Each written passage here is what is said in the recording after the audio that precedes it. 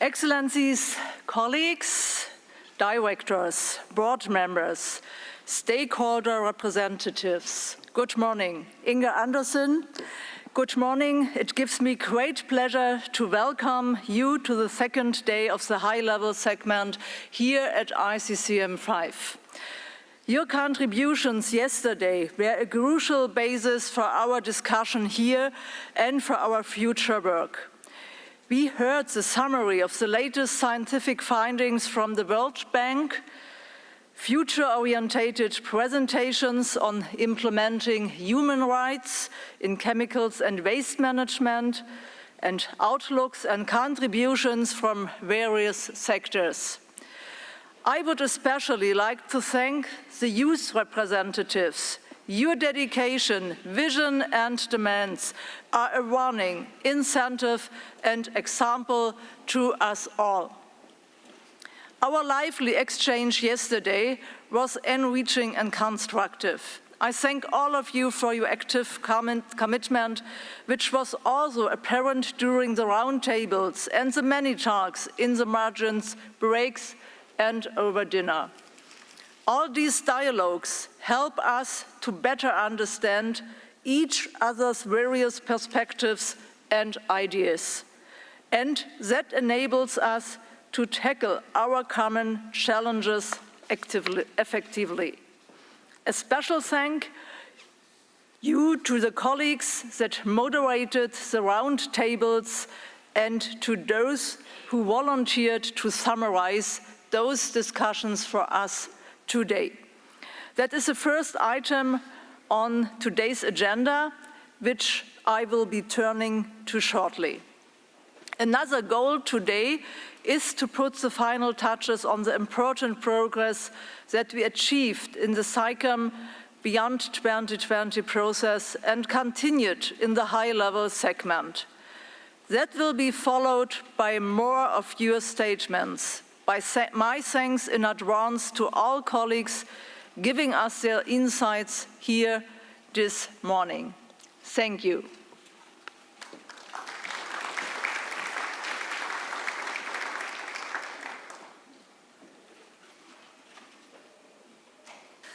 I am now very interested to hear the reports of the discussions.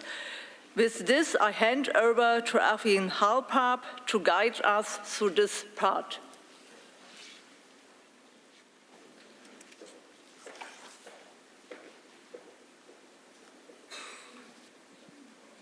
Thank you very much, Minister Lemke, distinguished delegates. Yesterday, from 3 o'clock to 5 o'clock, high-level delegates from more than 100 countries interacted in 9 thematic roundtable discussions. And if I may just take one picture that I took back from these 2 hours of interaction, it was like listening to a buzzing beehive. Ministers interacted with their peers from all over the world. They also interacted and listened to youth representative. CEOs from major companies interacted with heads of poison control center, how chemical safety information can be brought effectively to the end users.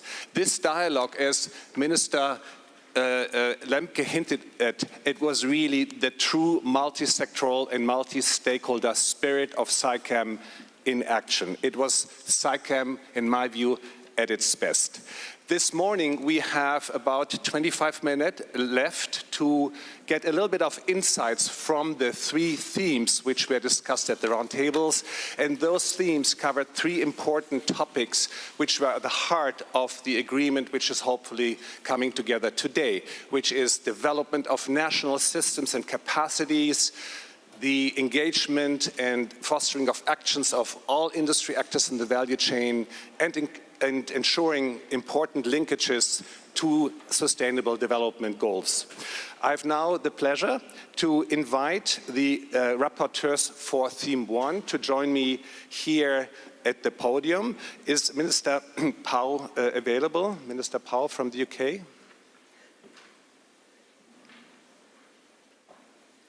If you want to, please join me here. We do also have Alberto Malouf.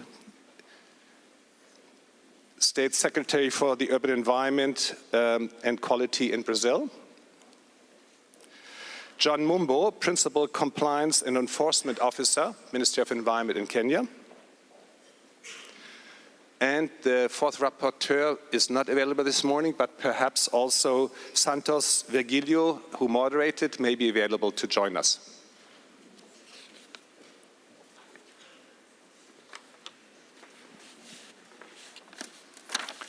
And thank you very much for Ralph Payet, Tadassa Mera, and Santos Virgilio for moderating these three thematic sessions. I would like to start with you, Minister Pao. You are coming from a country that has a long-standing experience in chemical legislation, but you're also supporting developing countries in strengthening systems. What did you take back as key messages from those roundtables? Okay, thank you very much. Is my microphone on? Yes. And thank you very much, Minister Lemke and the distinguished delegates. I suppose what was really interesting for me was the range of people around the table.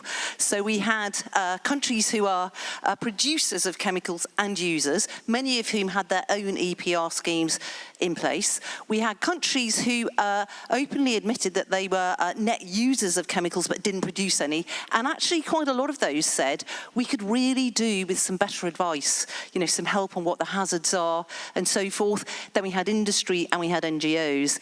And we had just a couple of, there were some general points of consensus, so I'll just run through those that I felt came out of the session, whilst there were very many and varied views. We had NGOs as well involved. And so one of the consensuses obviously was that we need a framework that all those countries from all those different diverse backgrounds in terms of chemicals could sign up to. But an interesting point that was made by the industry representatives was that we actually could do with a really good definition of what is sustainable chemistry, chemicals. And once we've all agreed that, and then the direction of travel is set, and then that could encourage research, innovation, and ultimately investment. Also, there were calls from almost everyone that we use the frameworks we already have in existence, like the Minamata Convention, maybe the JEF and so forth. And also, I think we all agreed that it isn't possible to solve all this with public money, and we do need partnerships. There was a lot of talk about partnerships and systems that could work. We got a few very good examples of things like that already working, which people gave. And I would also say that there was general agreement that those who are responsible for putting the chemicals on the market should be responsible for understanding and managing those systems and the risks associated with them, and indeed that we need to find an acceptable cost recovery mechanism with the suitable regulation to go with it. Data was a huge issue around our table. I expect everybody agreed that, who's got access to it, what's available, is it sensitive, all of those issues, which obviously are complicated, aren't they, to come up with agreement. But I think we all agreed we need a realistic approach to that. And I think just to end to say, what was really interesting was you had some really good examples given of projects that are already underway. One was an example of a fund that had been given to coal mining in this one particular country to try and transition the small miners, not small in size, but small businesses, away from using mercury in their processes. And in the advice that they got and the help, they have now done that really successfully, and they have a much more sustainable industry, and those miners are making more money. And in the UK, just to finish on, we've got a scheme. We're paying our farmers, or are offering financial incentive to get them or encourage them to introduce something called integrated pest management, to move them away from using so many conventional pesticides to these other more biological controls. So that's like the carrot and stick method. So it was a great table, but I think it showed the challenges. But I actually came away very optimistic that we got the brains here to be able to do it. So thank you. Thank you very much, Minister, and also thank you for carrying the energy that was in the room already here to this plenum. And I'm hearing more sharing of data that exists, more sharing of good practices, more partnerships, cost recovery, all very important points that we heard. I'm now turning to Adalberto Maluf, State Secretary from Brazil, from a country that has a growing chemical industry. What did you take back from this session? The microphones are being controlled from up there, so we are all fine. We don't have to push buttons here. Thank you. Well, our table was focusing a lot on how to bridge the implementation gaps to strengthen the chemical and waste management system. And I think most of the debate was about collaboration, in different levels. So we had examples from alliances, like the Global Alliance on Lead in Paint, where we united more than 30 countries, the Latin American Forum on Chemical Management, almost like a mini SAICMAN, integrating civil society, industry, governments, even if it's informal or formal groups, but there were always opportunities for stakeholders to debate, to discuss, and create channels, so to promote design and implementation of these regulatory systems. We also had examples from collaborations from countries with multilateral institutions, or the case, for example, of Georgia with European Union, where they use SAICMAN as a really strong guide to more sustainable practice. Also to implement, for example, their program on 2022-2026 with very concrete actions.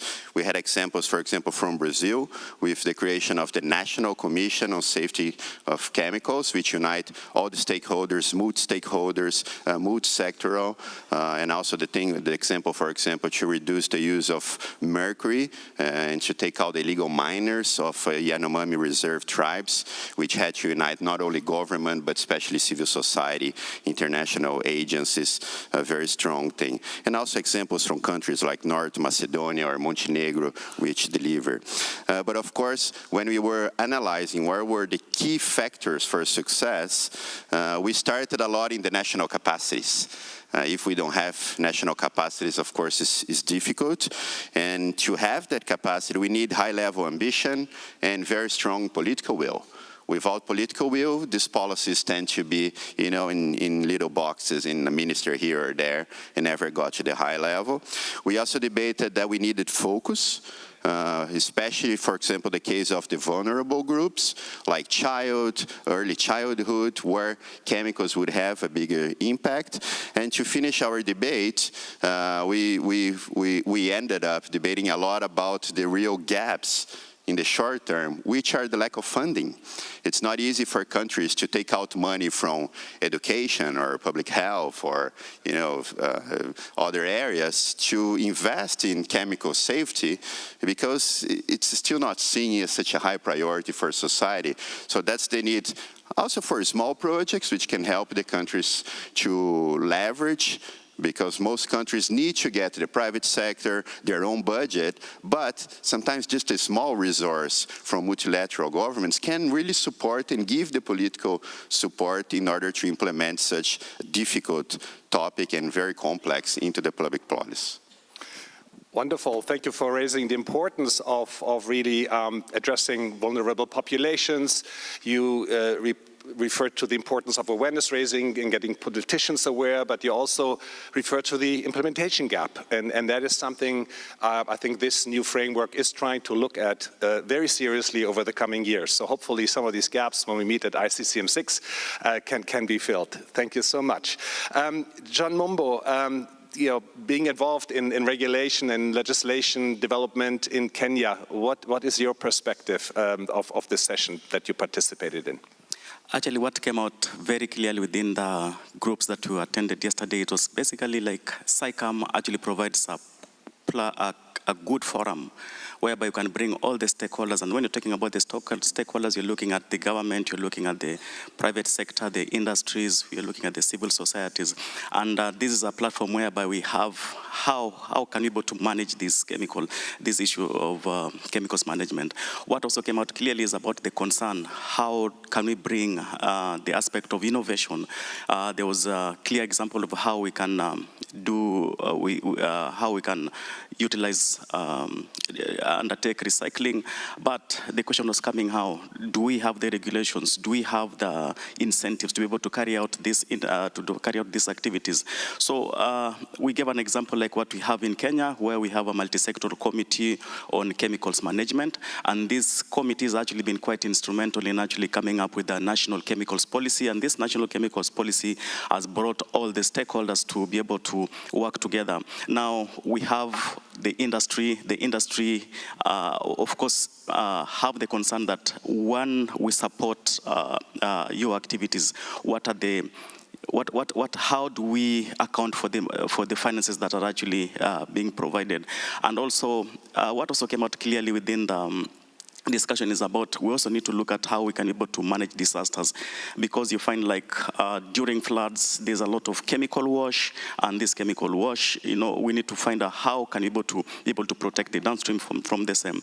Just to go back to the examples that we have in Kenya, we have a regulation. This regulation has got a self-financing mechanism whereby the polluters, in fact, it's based on the polluters pays principle, and again, it's also pegged on another regulations whereby we call it the deposit bond regulation, so that we have facilities which are high polluters, and they're able to have a money such that, like, let's say, if they cause any pollution, this money is actually be able to use for that. And what needs to come out clearly is the issues of awareness creation, because we are dealing with stakeholders who don't appreciate about pesticides. They're not having clear knowledge about chemicals management. So the role of education and awareness also came out quite strongly. But lastly, I just need to emphasize what my colleague mentioned is about the means of implementation, because the initial SICAM instrument had a quick start program providing some financing mechanism, but now looking at the new instrument you're going to have, you need to have a clear means of implementation. We can have very ambitious, we can have very good targets, but now how do we actualize this? So it needs to come out very clearly about how we're able to implement and execute the activities that you're proposing with these new instruments. Thank you. Thank you very much, John, and for also alerting again to the importance of interministerial coordination, cost recovery mechanisms, but also highlighting the importance of SICAM helping you to further build your capacities. Santos, you moderated one of the groups. Your rapporteur is unfortunately not available, but is there anything you would like to add from your perspective to these points shared already? Thank you. All they mentioned were discussed in our group, but I will just to emphasize one. We concluded that the world is unbalanced because we have developed countries and countries in development. So the states we face now, we need solidarity. Those who have more resources have to help others to reach the same level of understanding. And apart from that, we discussed that, okay, there is a need of involvement to private sector and also the informal sector. In most of the developing countries, there is a very significant number of people involved in informal sector. So have to be involved them, especially if we talk about West pickers and some other who go and they deal with chemicals without having the resources. So that's mostly to add what they already said. These are the most issues that we discussed on the group. Thank you very much, and particularly also emphasizing the informal sector, which is something really important that one needs to not forget. Thank you very much for these reflections. A round of applause.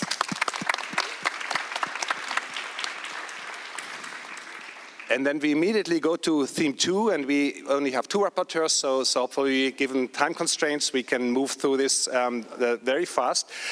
Is Sylvie Le Mans here, who moderated? Sylvie, you're there. And please, Ms. Agnieszka Durda, President of the Bureau for Chemical Substances Poland. Is she here? And theme 2 focused really on the value chain and how industries, from the chemical industry to some of the brands, to some of the retailers could be engaged more in this process, and yeah, what ideas were generated. Sylvie Limon, she is the Deputy Director General, I think, of CIVIC, part of ICCA. Sylvie, please go ahead, and then we continue with, I hope I pronounce your name correctly, Agnieszka. Okay. No, Duda is our president. Dudra, it's mine. Wonderful. Sylvie, please. Thank you for helping me, because indeed I lost the rapporteur between yesterday and today. We talked about mobilizing leadership, and we really tried to dig into concrete examples of successes. The first question was, as leaders, you're here, so you're mobilized. So what's driving you? How can we expand this drive? I think fundamentally it's the conviction that we can all do something better. There was a strong sense of responsibility to do the right things, particularly for industry, also governments, but also to help people in need, civil society, governments in particular. We heard, as before, partnerships can be effective if they have the right mix of elements, because it is just all too big to do it alone for any organization here. We heard SAICAM as a voluntary scheme complements very well the conventions that exist today, but they address only certain chemicals. And there are many more chemicals that need to be managed properly, so very complementary. There's a need to change behaviors, there's a need to change business models, and there's a need to have the right level of ambition and funding. And everyone agreed this new framework has the potential to set up new ambitions and drive change, provided there is good cooperation. In terms of successful initiatives, I think what came out, ideally you have a mix of legislation, market pressure, and voluntary initiatives. But it all starts with legislation. Multi-stakeholder partnerships work when there is a benefit for everyone. And we heard, for example, from Sweden, circular economy and green chemistry are examples that it's good for the economy, it's good for the business, it's good for the environment. So this came up pretty strongly. We heard about education, the need to engage the new generation, for example, creating a green chemistry master that exists in Austria. We heard about innovative finance. There is a potential to unlock, in particular, private financing. But for that, the World Bank was clear, we need responsibility and transparency. And due diligence and environmental social responsibility that is emerging in different regions is very powerful. But we need harmonized standards. And I will leave it to you to complement. Thank you. Thank you very much. First of all, I would like to thank our moderator, who is not available here, and all distinguished participants who decided to take part in the discussion in table number 5. And we all agreed that the main solution for fostering sustainable chemistry innovations in economic and industry sectors along value chains is mobilizing leadership and proper cooperation between industry organizations and governments.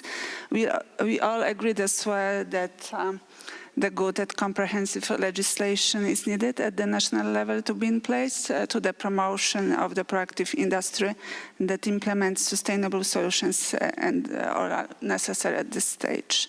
Referring to 3 questions which were posted during the discussion, so the yes. Question 1, the short examples of effective chemical and downstream industry initiatives. The participants indicated risk assessment tools as the instruments to influence investors which can push industries to move into the safer alternatives. Innovative ideas like the chemicals waste as a resource value, proper disposal of packaging, chemical leasing, chemical labeling, substitution as a part of innovation, have the proper legislation which can fast innovations as well. And what effective enabling actions can be taken by the government, what was underlined by one of the colleagues, move from regulation to implementation and enforcement, as the enforcement is the key for proper chemical management. I think we need to wrap up. Okay, thank you. Well, thank you so much. And my heart always breaks if I have to refer to time management, but I think we have other important topics. And just to get a glimpse and hearing these business terms like you know, market pressure or new business models, I think this is terminology we need to integrate more into our deliberations. Thank you so much.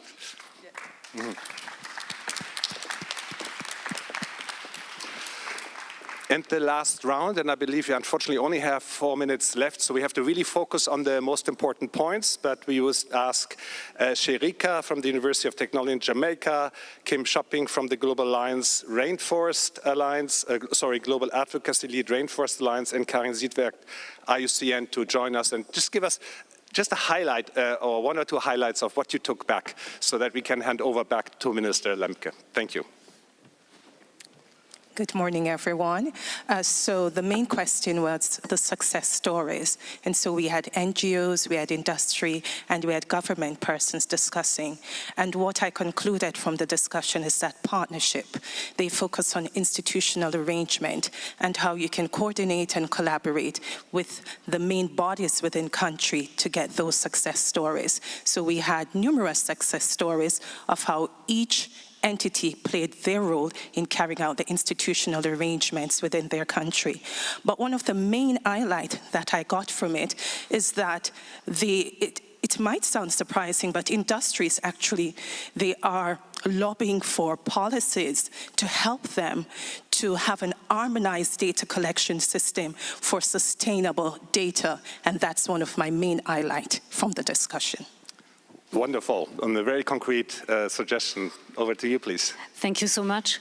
Our group emphasized also on the inclusion of indigenous people and local communities in the debate.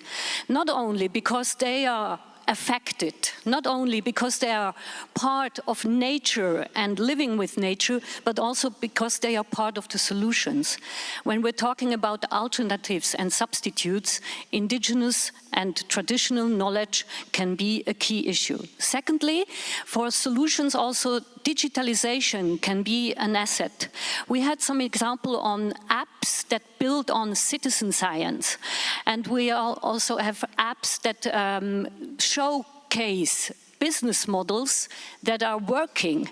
So use the digitalization also for awareness raising. And third, partner, team up, but for team up and cross-cultural and cross-sectoral partnerships, we need the financing. That was also a key element of our discussions. Wonderful. Kim, please. Thank you. So we talked a lot about best practices. We had representatives in our group from various stakeholder groups, business, NGOs, government, and we all agreed that there's a lot of solutions out there, and they are proven to be effective, and they can even at scale, and still they are not implemented everywhere. So we need to do more to ensure that these good solutions are scaled. And lastly, there was in my group a very strong call for leadership on this topic.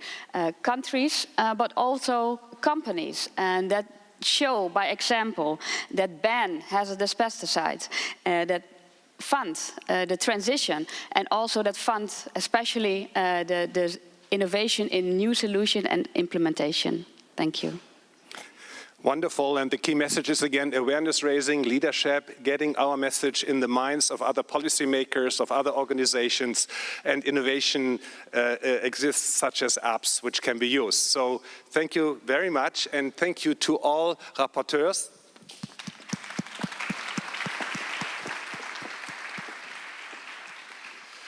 Who have been doing a great job of putting really 18 hours of interactions into 30 minutes. And with this, I'm handing over to Minister Lemke. Thank you very much.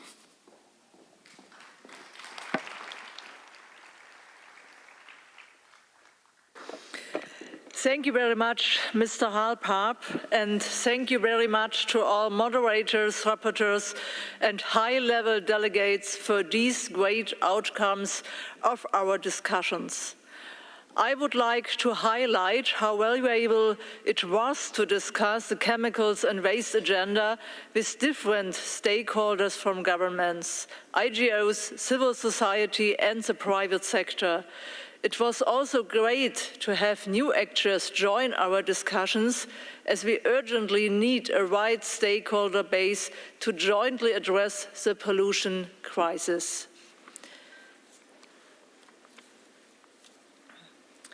I was now looking forward to move to the adoption of the high-level declaration.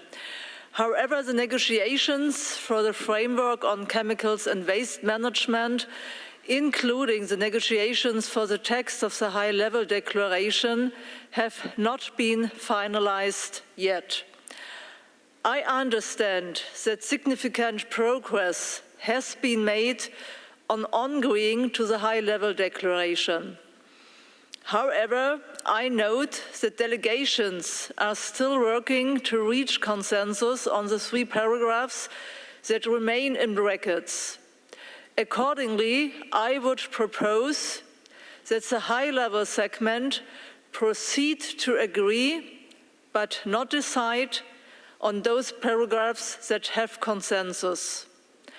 I propose to mandate the Friends of the Chair to continue discussions on the 3 remaining paragraphs with a view to reaching agreement on them. Once the text as a whole has consensus, the conference will be in a position to formally consider and adopt the declaration at its final plenary. Excellencies and distinguished delegates, we will begin on our list of speakers immediately. And first, we have 2 videos to show. The first one is from the Director of World Health Organization, Mr. Debrius. Your Excellency, Minister Steffi Lemke, UN Environment Programme Executive Director Inge Andersen, Honorable Ministers, Excellencies, dear colleagues and friends. Every year, more than 2 million people die from exposure to chemical pollution in their air, food, water, homes and workplaces, and the numbers are only increasing. Each death from chemical exposure is a preventable tragedy. Everyone has the right to a clean, healthy and sustainable environment to protect their health and the future of generations. I commend you all for the significant work on the new international instrument that will be adopted later today. In accordance with the recent resolution by this year's World Health Assembly, WHO is committed to working with you to implement the new framework. WHO will continue to support countries in the sound management of chemicals by generating and disseminating evidence, by strengthening actions and policies to protect health, and by supporting the development of poison control centers. Thank you all for your commitment to this important issue and to a healthier, safer, fairer future for all.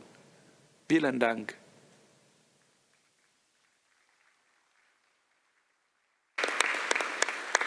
And now the second video message is from Manuela Tomei, Assistant Director General, International Labour Organization. Good morning, good afternoon, good evening, Excellencies, esteemed colleagues. Every year, more than 1 million workers lose their lives due to exposure to hazardous substances. Countless others suffer from debilitating diseases and lifelong disabilities. This is entirely preventable and, as such, unacceptable. Workers in every economic sector across supply chains and in all corners of the globe are at risk of exposure to toxic substances. Importantly, the impact of hazardous chemicals goes far beyond the workplace. It devastates families and communities, it endangers livelihoods, and affects the environment.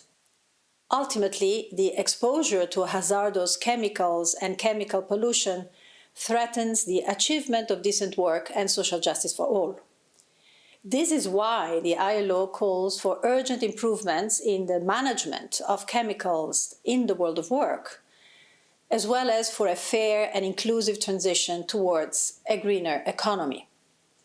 Social justice and environmental justice go hand in hand. ILO's commitment to the protection of workers' health and safety dates back to 1919, year in which the organization adopted the first international labor standard on chemicals.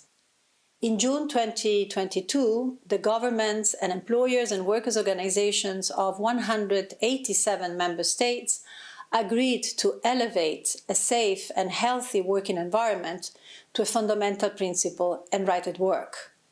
This means that all ILO members, regardless of whether they have ratified the two fundamental OSH conventions, have an obligation to respect, promote, and realize in good faith the principles concerning this fundamental right. Very soon, the ILO's tripartite constituents will engage in the crafting of a new standard to complement the ILO Chemicals Convention number 170. This is a very important development, as it will allow the consolidation of recent global work on chemicals management conducted through the strategic approach to international chemicals management process.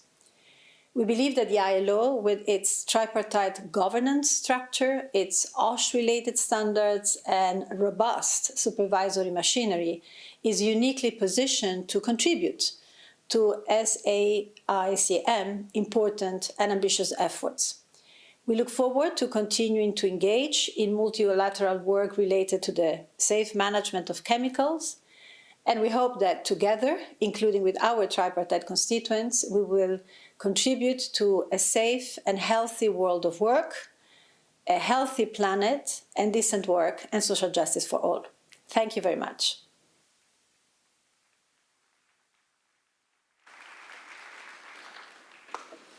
Our next statement is from Zakia Khattabi, Minister for Climate, Environment, Sustainable Development and Green Deal, Belgium.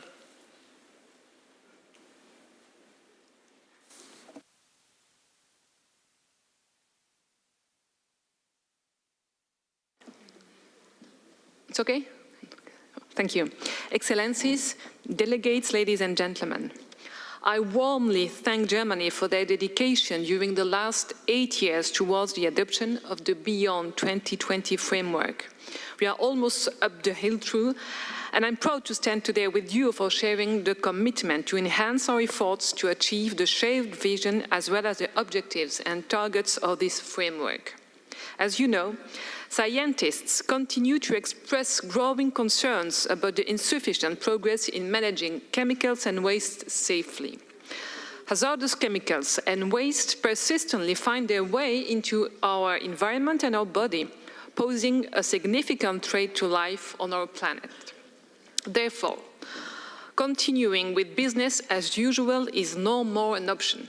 More than ever, the transversal One World, One Health approach must prevail and lead us towards the necessary green and just transition to transform our world into a safe, healthy and sustainable future free of harm from chemicals and waste. I have faith that the new multi-sectoral and multi-stakeholder framework will guide us in this collective endeavour, ensuring that no one is left behind. Thanks to the bond spirit, strategic objectives and targets will be adopted in the coming hours. Being dedicated to combating double standards, I'm thankful that compromises were found on Target 7 that has been strongly supported by Belgium. The phasing out of highly hazardous pesticides, and for which it was important to establish as the third step of the journey the establishment of a global alliance to develop and promote safer alternatives. I also firmly support another target which is still under negotiation, Target 5, on the export of substances that are prohibited nationally. I'm fully committed to stand for all actions that ban double standards. In this regard, I'm very proud to announce that my government has recently decided to ban the export outside the EU of certain chemicals, including some hazardous pesticides that are already banned in the European market, thus contributing to the prevention and deletion of double standards.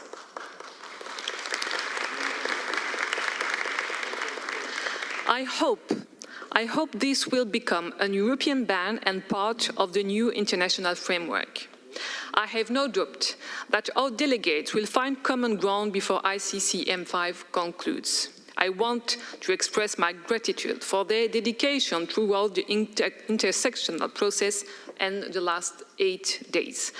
I will firmly support an endorsement of the new resolution at the 79th UNGE General Assembly in September 2024. Thank you for your attention.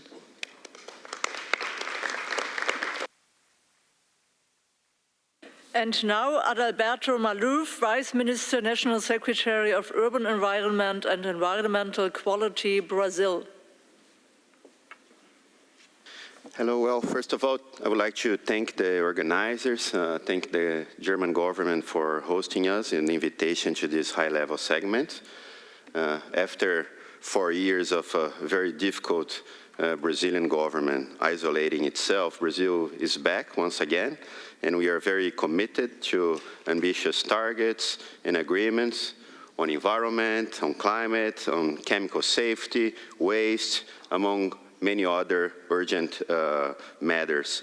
Brazil in these first 8 months was able to reduce 48% of deforestation, just in August around 66%.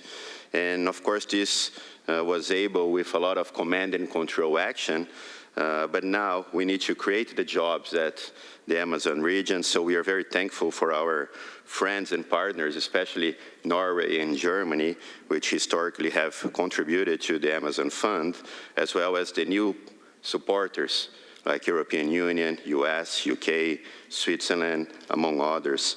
It's very important for us to have this type of support to really be able to deliver, especially at this moment where we have our Minister of Finance leading the ecological transformation plan. We have the Minister of Environment with the Minister of Agriculture creating a new low-carbon agriculture plan, a new industrialized green industry plan. So Brazil, as the 6th largest chemical producer in the world, of course, mainly with global brands, but we definitely believe we can reach good agreements here. We just recreated our National Commission on Chemical Safety with working groups on BRS, on SAICME, on Minamata, where we hope to deliver very fast our PRTR, our Pollutant Release and Transfer Registration System, among other things. We are going to gather next week in Brasilia GRULAC for Minamata. We believe this is a very important topic. We all heard and listened for the humanitarian crisis we had at the Yanomami reserves, which were very difficult for us, but now hopefully we will be able to overcome. We are also starting new programs, special programs with UNEP in order to create digital systems for inventory of chemical substance.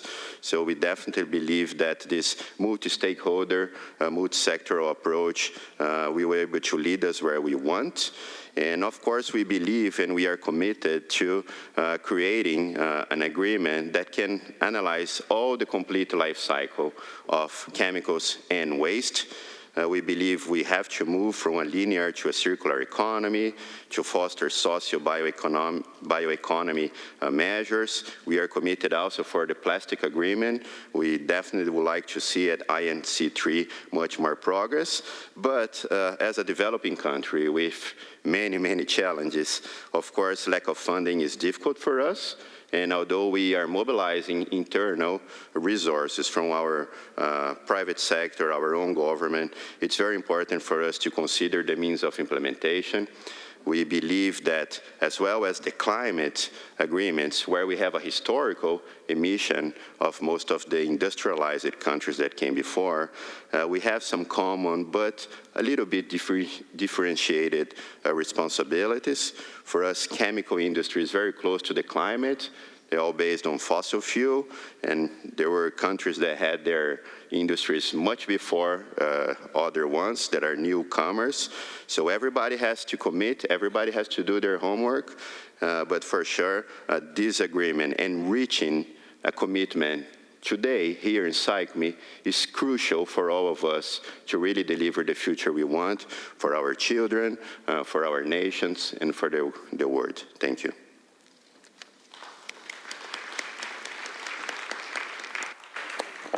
Next is Vivian Heinen, Minister of Environment, Ministry of Infrastructure and Water Management, Netherlands. Hello, good afternoon, everyone, or good morning. Excellencies, ladies and gentlemen, this week the international community met here in Bonn to negotiate a new global framework on chemicals and waste. We've come a long way and we've made progress, but we're not there yet.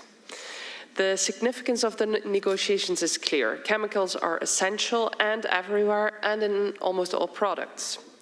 At the same time, they can be emitted during use and can remain in our environment for a long time after their use, polluting our water and soil.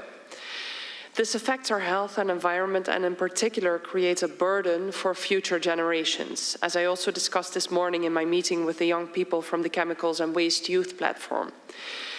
We need this framework and take concrete steps toward better protection of our health and our environment. We need a broad scope that includes waste management, and I'm pleased to hear that negotiations are going in that direction. This contributes to our ambition to create a circular economy. The cleaner and safer the products and waste materials are, the better we can use and reuse them. I also applaud that we are working towards an agreement in a broad, multi-sectoral, multi-stakeholder setting, governments, businesses, and civil society organizations. This gives the framework the broad base that is needed to address the pollution challenges that we face. All the stakeholders will have to take on responsibilities to implement the new framework. On the national level, by mainstreaming our agreements into national context, in the private sector through reaffirmed commitments, and through external dedicated financing, highlighting the need that more funding is needed.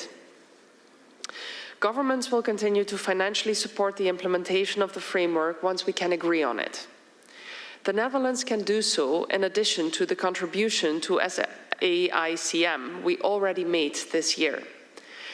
I thank all countries and their stakeholders for their efforts. A clean, safe living environment, that's what this is all about. Now, after many years of working towards this moment, let's give it that extra push that is needed to get to an agreement. Thank you very much.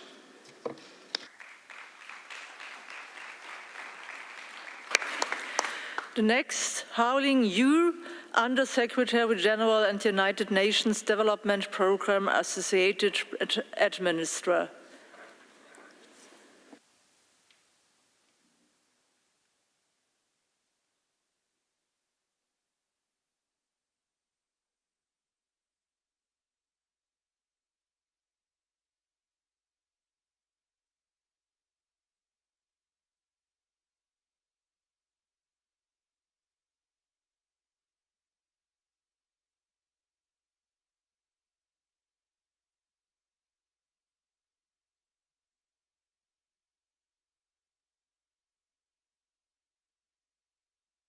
Apologies, everyone.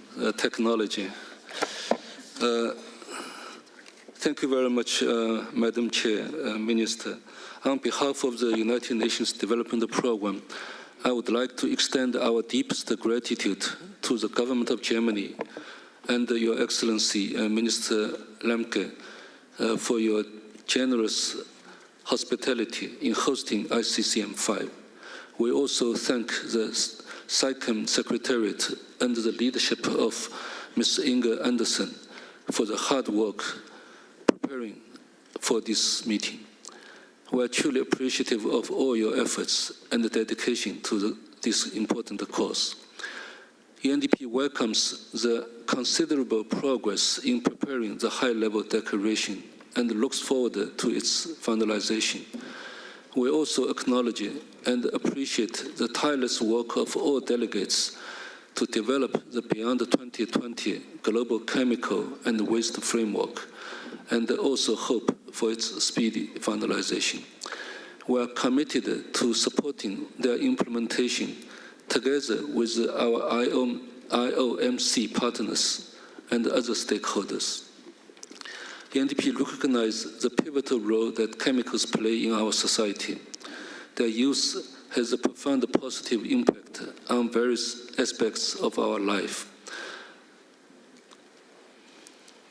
At the same time, we also recognize that the negative challenges of chemical use, if used improperly, and the serious consequences of exposure to toxic and hazardous chemicals. As we navigate these challenges, we must all work together for a transformative change to our current development model. Going forward, sustainability and circularity must be at the heart of our economic growth model. Inclusiveness and equity should be upheld by all institutions for a just transition. When it comes to chemicals, precautionary principles should be embraced by industries, and the design of products should facilitate reuse and recycling and avoid the generation of waste. The use of financial instruments such as extended producer's responsibility should be promoted to accelerate the transition to a sound chemicals and waste management. In addition, governance and capacity building is critical. The transition to circularity cannot be done by one sector or one single stakeholder. Therefore, we must work for a systems change on chemicals and waste management, aligning our efforts with the actions on poverty reduction, governance improvement, gender mainstreaming, and the protection of our nature and the climate. Science is clear, as Ms. Inga Anderson said at the opening.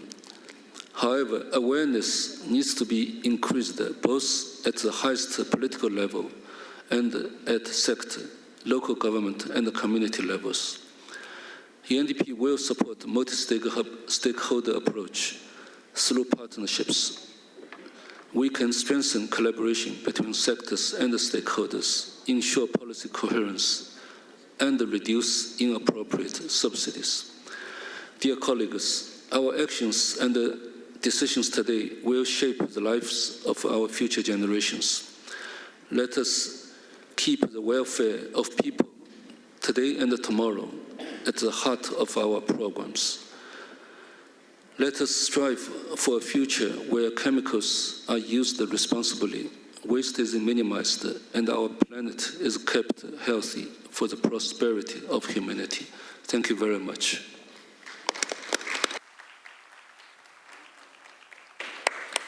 And now, Rebecca Poe, Minister for Environmental Quality and Resilience, United Kingdom.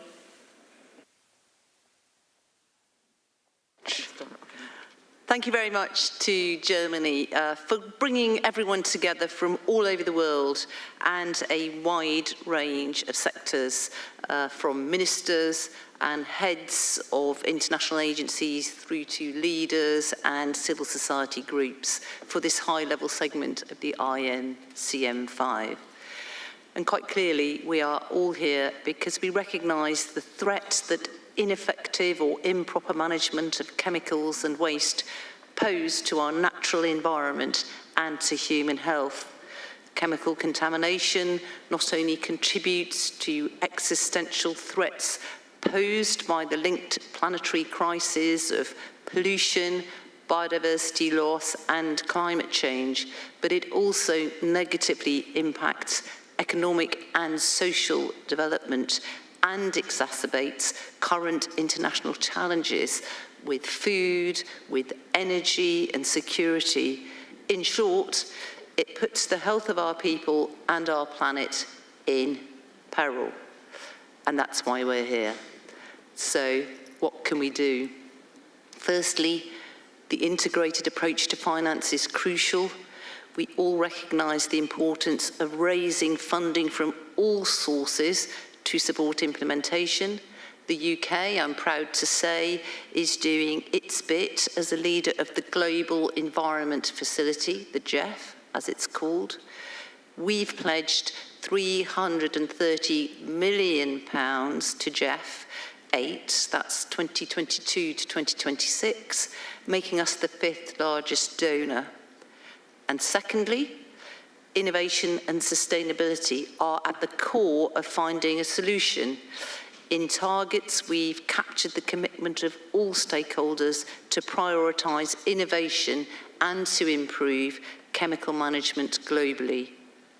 And lastly, the high-level declaration will mobilise the support and the cooperation necessary to align our efforts and improve the global picture in the decades ahead. In the UK, we're also committed to domestic action, and this is something that I believe is really important, and other colleagues have stressed this around the tables that I've been involved with, because not only do we need an international framework, but we also need to have our own domestic systems and regulations that drive the kind of action that we want to see internationally on chemicals. And just an example, in the UK, we are incentivising something called integrated pest management in our new farming schemes. And this is a system where we pay farmers or incentivise them to transition away from conventional pesticides and to move to other controls, more biological controls and use of different crops in order to address their pest management. And we're also publishing a new domestic chemical strategy, which will promote the sustainable use of chemicals by minimising the potential risks and negative effects on the environment and human health. And we'll be publishing the new National Action Plan for Pesticides, which promotes innovation towards safe and sustainable approaches. So, dear colleagues, I think there's so much synergy in the room for action and take the steps that we need, especially through this high-level declaration, and we stand very much ready to play our part. Thank you.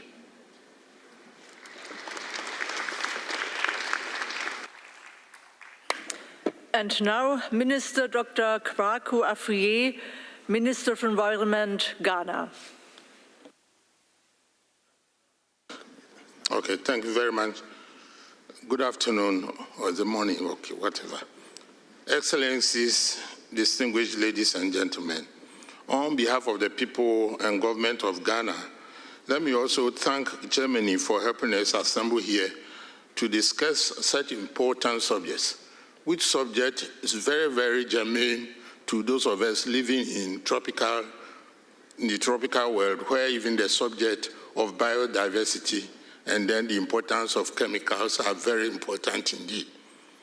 The fifth session of the International Conference on Chemicals Management, currently underway here in Bonn, Germany, aims at establishing an ambitious global framework to manage chemicals and waste in such a way that negative effects on human health and the environment are minimized.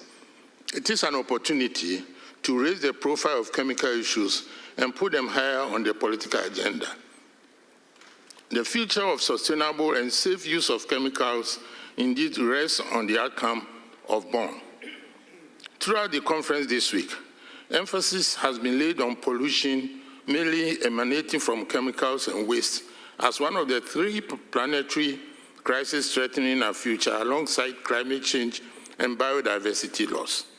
Pollution has no boundaries, as we all know, and the importance of exposure to chemical pollution threatens socio-economic development and prosperity, particularly in the developing countries where the toxic combination of asymmetric distribution of knowledge between the industry and end user consumers and weak regulatory systems and enforcement is very, very, very disturbing indeed. Now, the intention of ICCM5 to address the interlinkages between the chemicals management, climate change, and biodiversity loss is therefore very, very welcome by Ghana. Again, Ghana recognizes the importance of sound management of chemicals and waste using the life cycle approach and is a party to several key chemical and waste-related multilateral environmental agreements and frameworks, including the strategic approach to international chemicals management whose successor is being negotiated at this conference. The implementation of the MEAs and SAICM in Ghana and many developing countries is often confronted with insufficient and unsustainable financial support. An integrated approach to financing the sound management of chemicals and waste is therefore required, and involve the mainstreaming of SMCW activities into our national development agenda in order to meet 2020 global agenda for sustainable development. Therefore, there is an urgent need for a dedicated international fund for the new mechanisms we seek to put in place this week. Ghana has taken these giant steps in confronting the challenges of chemical waste. Aside the several legislations and policies we have in place to address the issues of environment, including climate change, a 10-year strategic plan for the sound management of chemicals and waste has been developed in 2021 to tackle the chemicals and waste challenges. Through the Climate Action Program for the chemical industry, an initiative of the government of Germany, a capacity building initiative is currently ongoing in Ghana and among other pilot countries. And this initiative is laying the solid foundation to address the nexus of chemistry, climate change, and will culminate in a roadmap for the chemical industry in meeting the net zero agenda of climate change. This will therefore contribute to efforts as prescribed in our nationally determined contributions in meeting our obligation under the Paris Agreement. And finally, Excellencies, distinguished ladies and gentlemen, the time to act decisively is now, and Ghana is ready to join forces with the global community to achieve a planet free from harm from chemicals and waste, and a healthy and sustainable development for the future and for our those who will come after us. Thank you very much for your attention.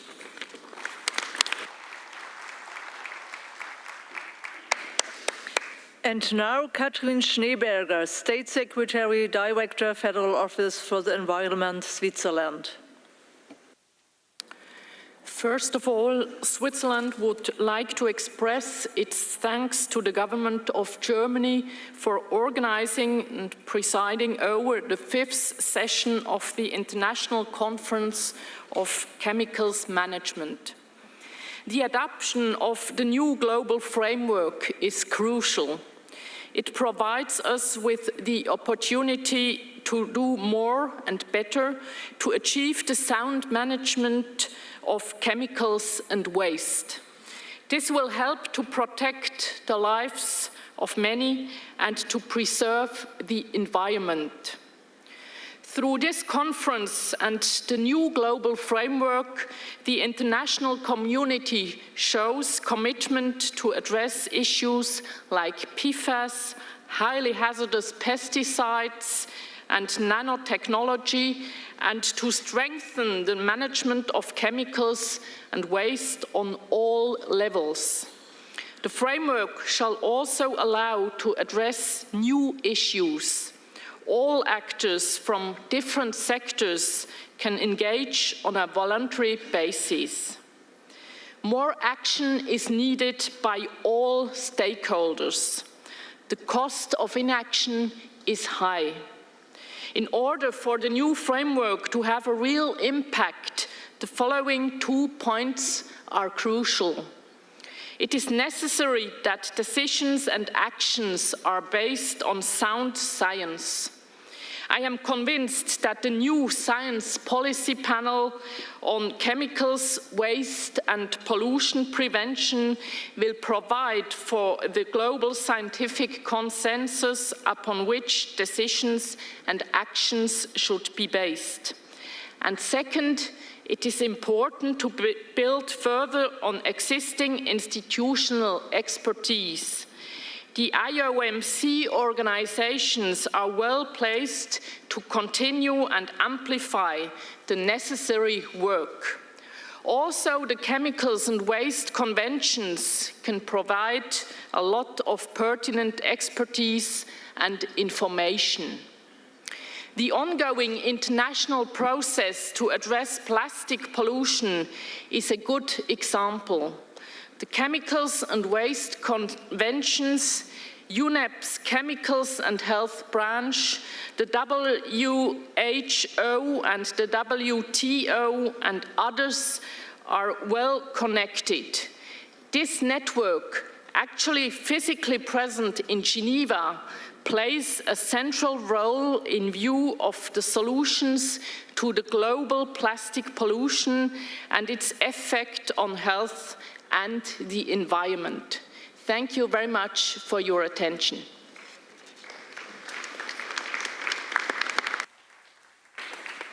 And now, Solomon Pavliashvili, Deputy Minister, Ministry of Environment, Protection and Agriculture, Georgia.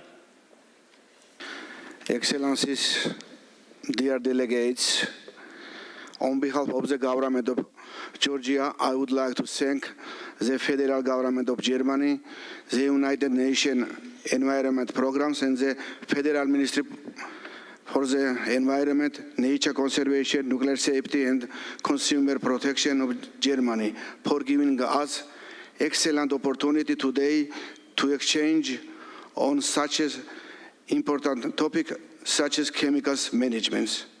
The policy making related to the chemicals management in Georgia is greatly influenced by the international obligations.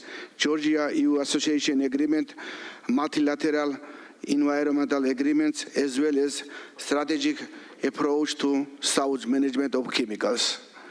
International experience shows that the effective management of chemical substances and waste in more difficult, time-consuming and long-term process, which requires the creation of a management system that will be in line with the similar system of the most developed country in the world.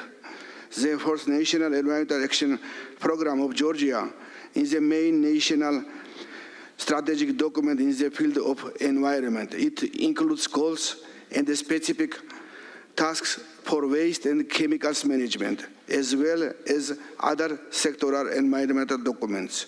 The document also serves to fulfill international goals and obligations.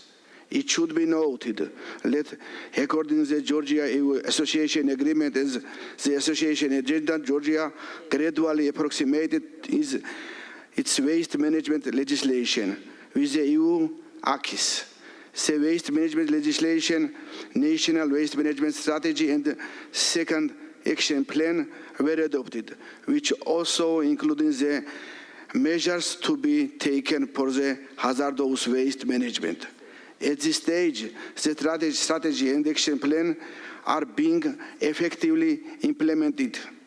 Climate safety issues have a key place in the national CBRN threats reduction strategy.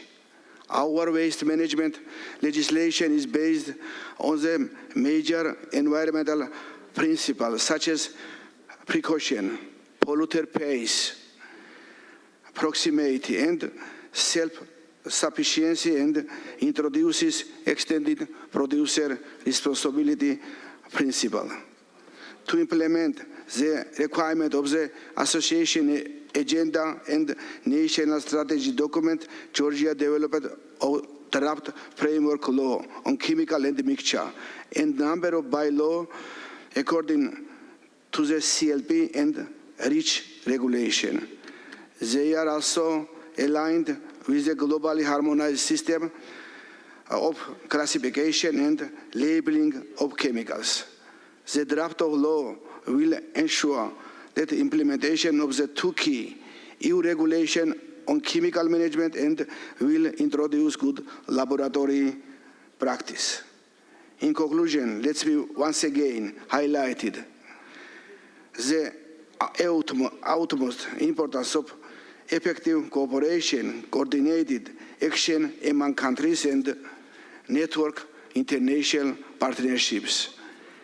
in terms of chemicals and waste management, and making important progress towards the goals of environmental protection and sustainable development. Thank you for your attention.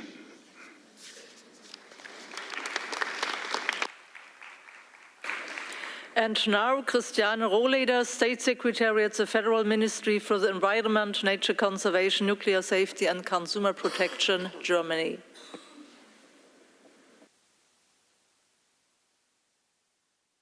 Excellencies, distinguished delegates, this week's conference has demonstrated how important sound chemicals management is for our health, for the health of our children, for our intact natural environment, plant and animal diversity, healthy soils, clean water, and for many other reasons. And that has also shown how important cooperation is between over the sectors, but also between all stakeholders. I would like to thank all delegations from all continents and all groups for this constructive negotiations that are still going on.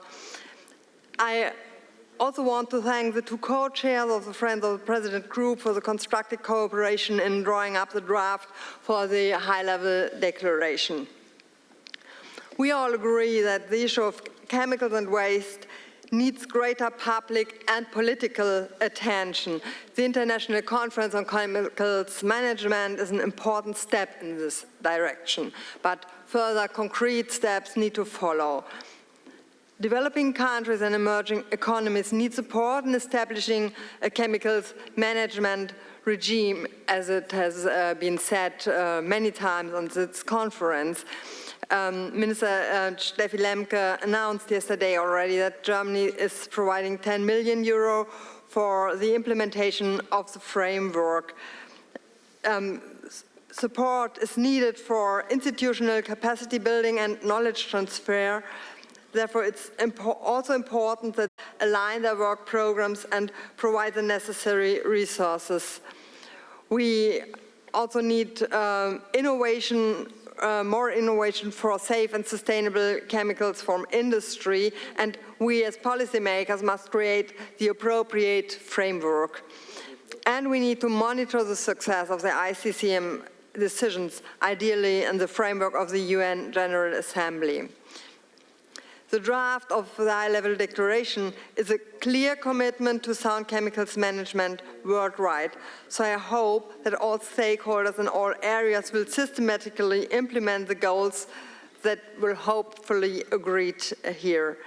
Let us link the fight against the pollution crisis to the fight against the climate crisis and biodiversity loss, harnessing synergies and deploying funds where they will have the greatest impact. And let us involve UNGA in our processes to give the necessary political weight in the long term to the goals we will hopefully adopt here. This would be a major success for tackling planetary pollution, achieving the goals of the 2030 Sustainable Development Agenda for health and safety and for people and the environment. Thank you very much.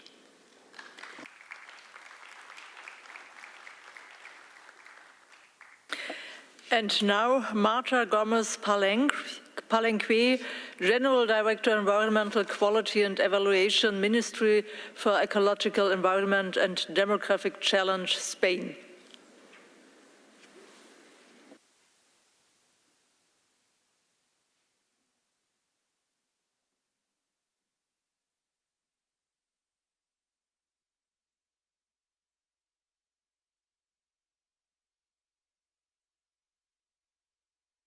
Buenos días. Muchas gracias por la organización de este.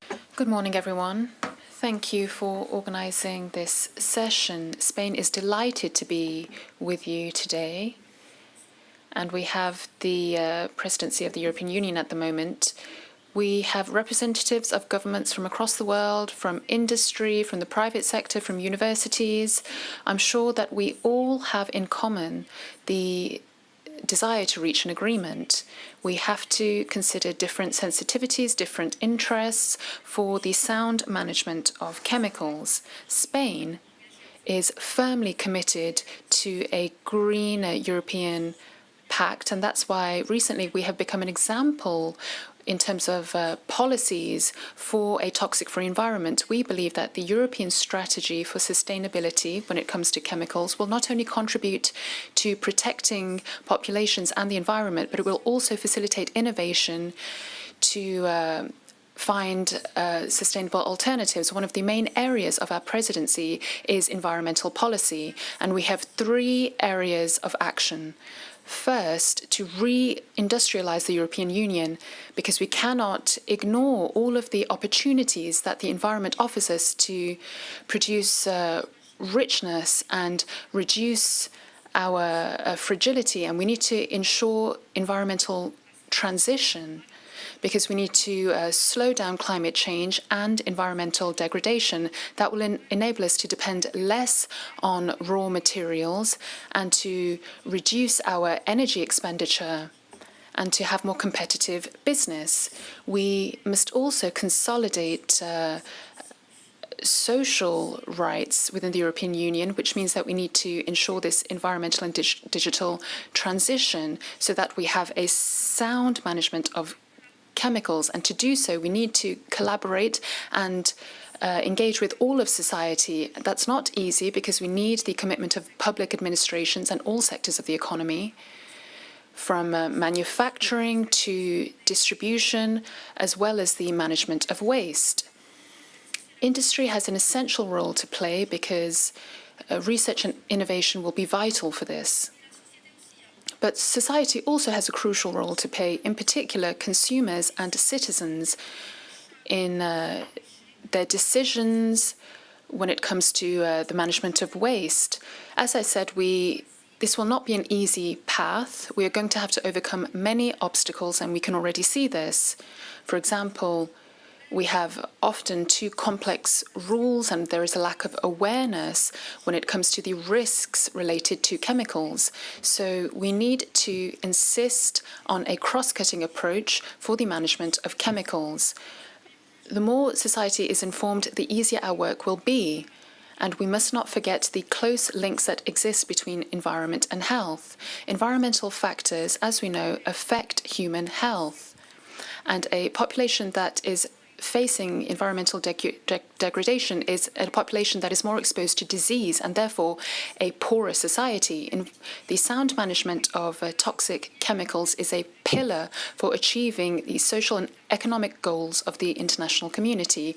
We need to apply best available practices so that we can use these substances but with an adequate degree of security, and the sound management of chemicals and waste has an impact on a number of SDGs. For example, SDG 12, the responsible production and consumption, in which we explicitly mention chemicals and their harmful effects on humans and the environment.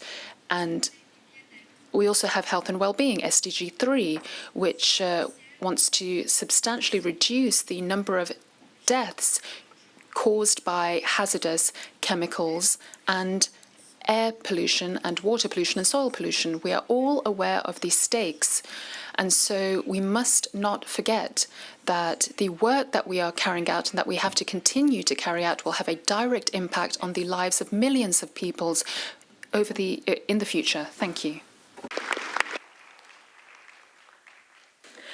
And now, Nikhil Sage, Executive Director, UNITAR.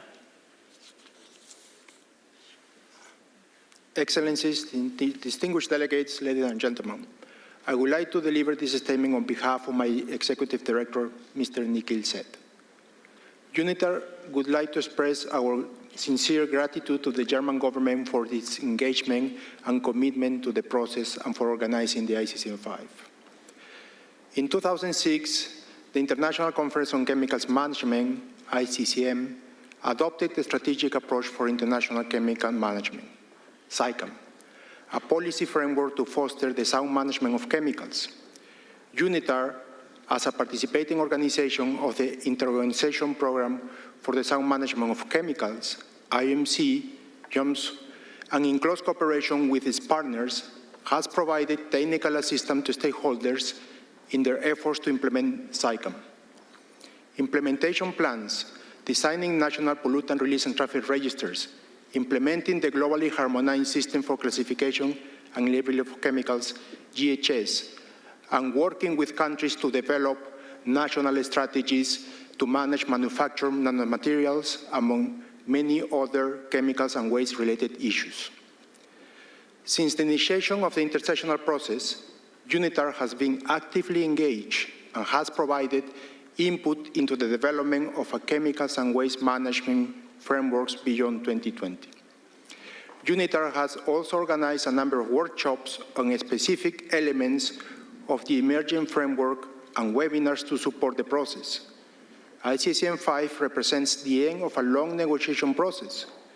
UNITAR is currently the chair of the IMC, and we have been proud to work with the IMC organizations to make the ICCM 5 a success. UNITAR believes that capacity building will play a key role in the new global framework on chemicals. UNITAR continues to develop training materials and tools to keep up with evolving technologies and needs. We focus on our efforts to the requirements of stakeholders and to leave no one behind. We see great value in the strategic objective, targets, and indicators which help guide and prioritize activities. Through partnerships and with a close collaboration with the IMC participating organizations, we will continue our endeavors and play an active role in the implementation of programs to accelerate and strengthen action.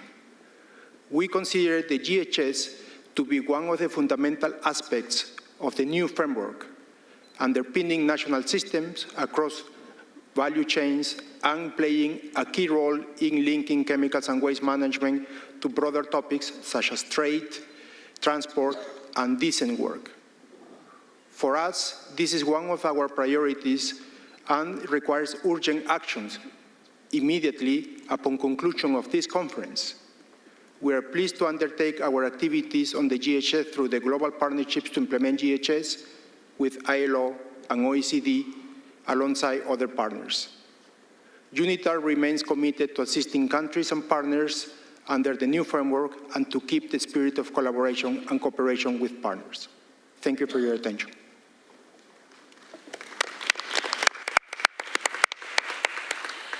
And now, Yutaka Matsuzawa, Vice Minister for Global Environment Affairs, Japan. Madam President, Your Excellencies, distinguished delegates, colleagues, on behalf of the government of Japan, I would like to express my sincere gratitude for the warm welcome extended by Minister Lemke and the government of Germany, the host country of the ICCM 5 meeting. I would also like to pay tribute to the UNEP Executive Director Andersen and her staff for their efforts in the preparations of the meeting.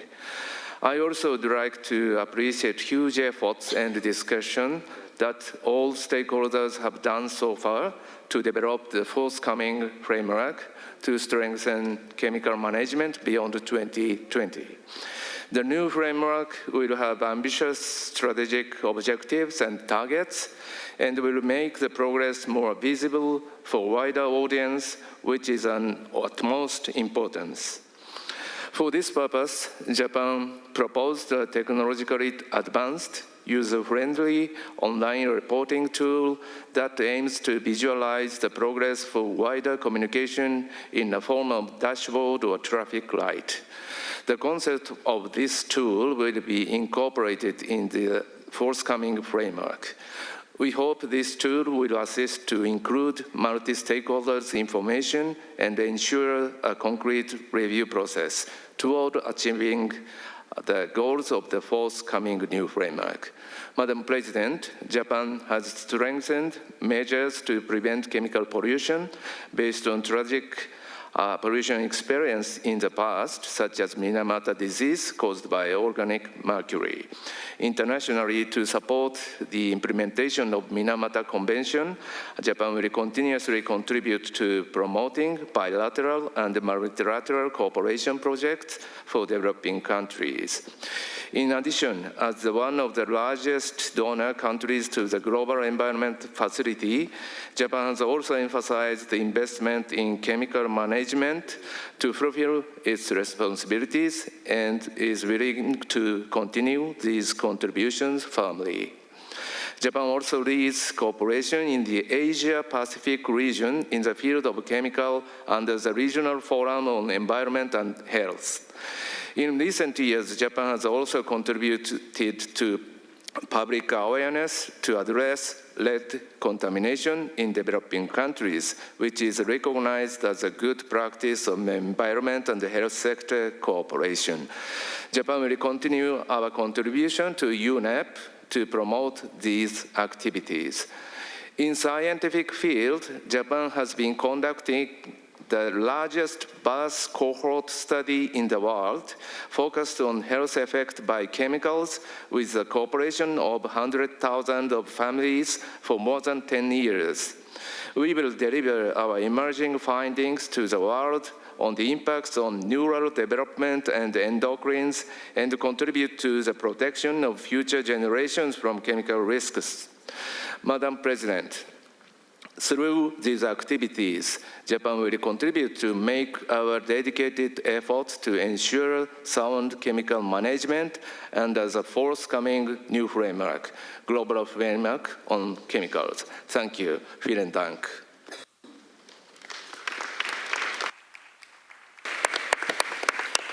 And now, Rolf Payet, Executive Secretary, Basel, Rotterdam, and Stockholm Conventions.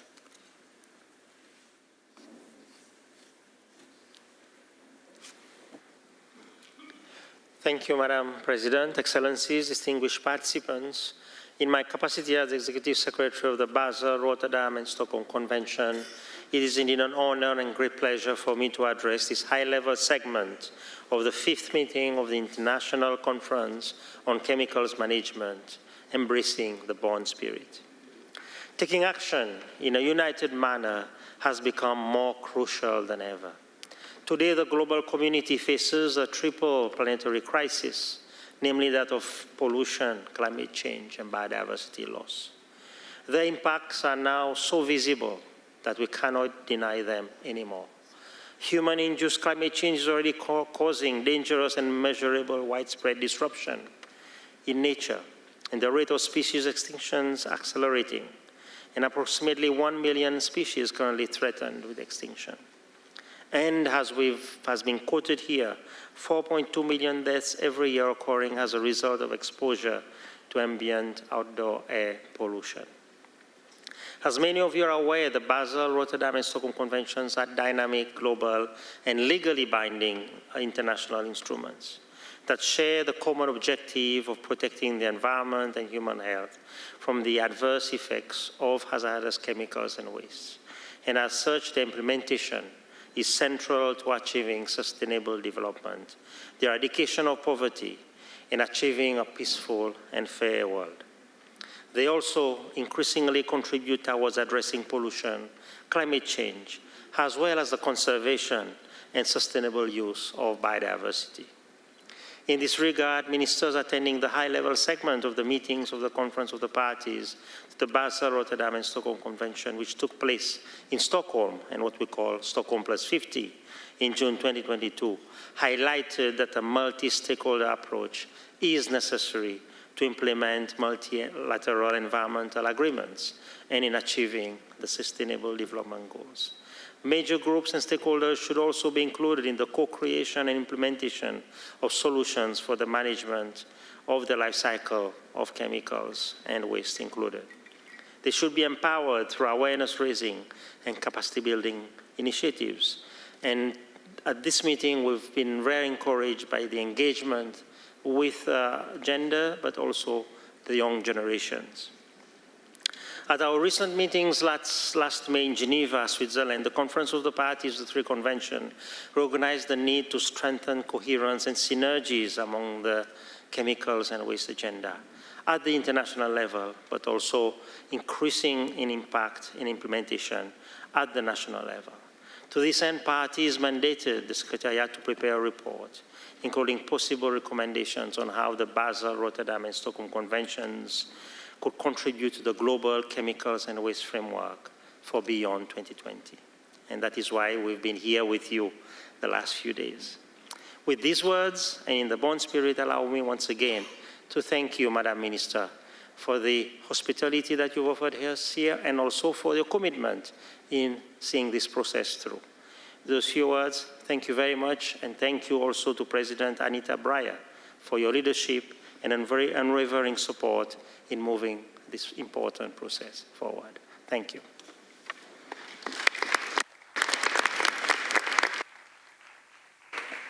And now Grace Elias Magembe, Deputy Permanent Secretary of the Ministry of Health, United Republic of Tanzania. Madam Chair, distinguished delegates, ladies and gentlemen, on behalf of the United Republic of Tanzania, allow me to extend my appreciation to you, Madam Chair, for presiding this high-level segment at ICCM 5, but also our gratitude also goes to the Secretariat and the government of Germany for the warm welcome and for hosting this very important meeting in the seat of Bonn. Madam Chair, let me also convey to you warm greetings from Her Excellency Dr. Samia Suluhu Hassan, the President of the United Republic of Tanzania. Under her leadership, our government is continuously taking measures to ensure there is safer use of chemicals and waste management in alignment with SDGs 3, 6, and 12 as a sustainable way of improving the country's economy. As you may all be aware, chemicals are very important in our daily lives and their benefits are numerous. For instance, in the health sector, chemicals are used as raw materials for pharmaceuticals, commodities, and also other medicines. However, improper management of chemicals, particularly hazardous chemicals and pesticides, can lead to adverse impacts on health and the environment. According to WHO, the known burden due to chemicals is considerable and its production is increasing, raising the question of the adverse impact that could have on human health. Madam Chair, at global, regional, and national levels, various initiatives have been put in place, including adoption and domestication of multilateral environment agreements on chemicals management. The United Republic of Tanzania, like many other countries, has established and has been implementing various policies and laws for management and control of chemicals. Among these include environmental management law, industrial and consumer chemical law, plant and health pesticide law, radioactive substance law, and the occupational health safety law. The strategic approach to international chemical management, SICAM, that was agreed by member states in 2002 and adopted for its implementation during the first International Conference on Chemicals Management in 2006, whose overall objective was to ensure chemicals are produced and used in ways that minimize significant adverse impacts on human health and the environment by the year 2020. So, Madam Chair, as we negotiate for the new SICAM beyond 2020, it is very important for us to take stock of where we came from, reflect on our achievements and challenges at national and global levels, and before we make decisions about the future instrument, it is equally important also to take into consideration the specific needs of some regions in terms of capacity, particularly technological transfer, finance, and human capital as key aspects. Madam Chair, in order to achieve the set out goal and its respective objectives in the proposed instrument expected to be adopted at this meeting, sustainable and predictable financing is one of the key pillars for its successful implementation. Tanzania reaffirms the importance of international cooperation to ensure necessary means of implementation, including financial and technical support, technology transfer, and capacity building for the new instrument. My country also underscores and aligns to the position of the African Group on the importance of robust private sector engagement in the chemicals and waste management processes, particularly financial mechanisms. Thank you, Madam Chair.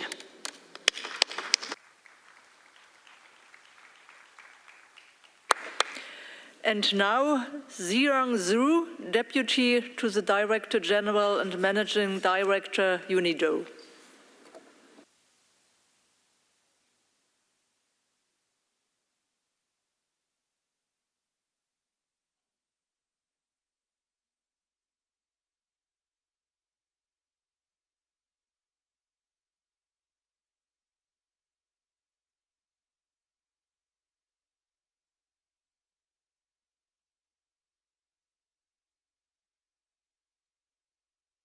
President, Excellencies, distinguished delegates, ladies and gentlemen.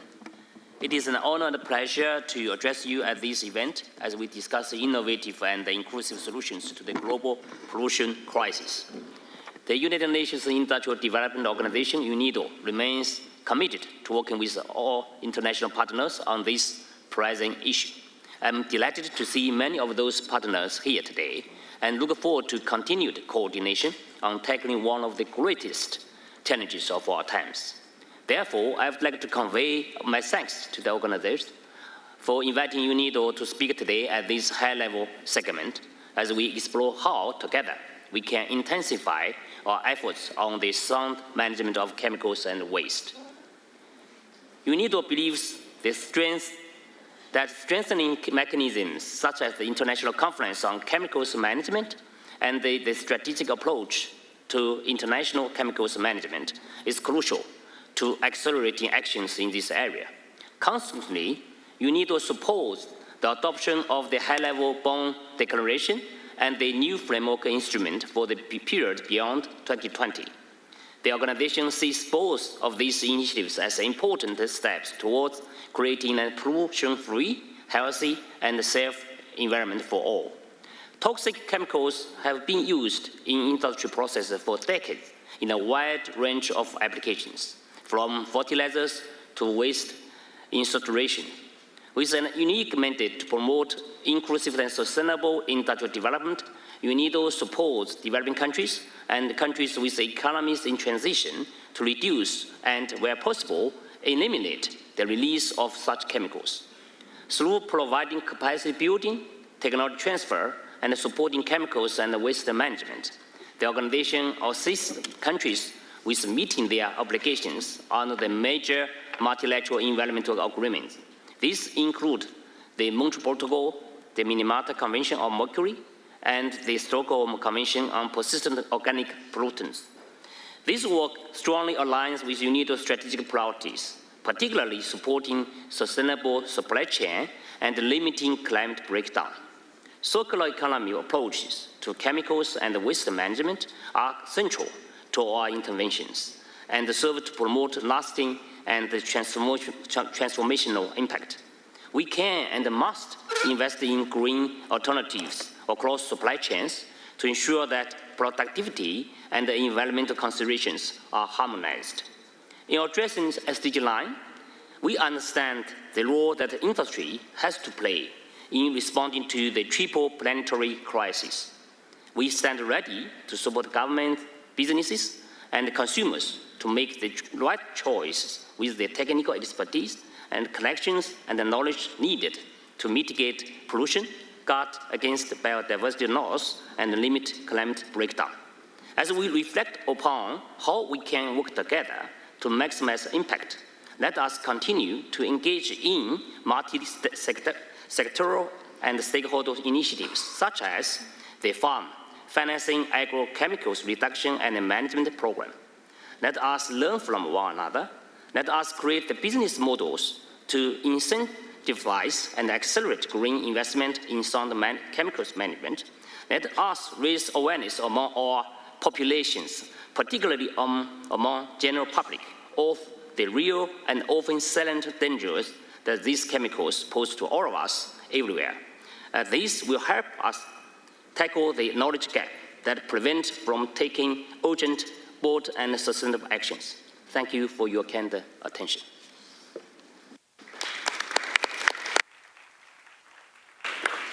And now Owen Tudor, Deputy General Secretary, International Trade Union Confederation.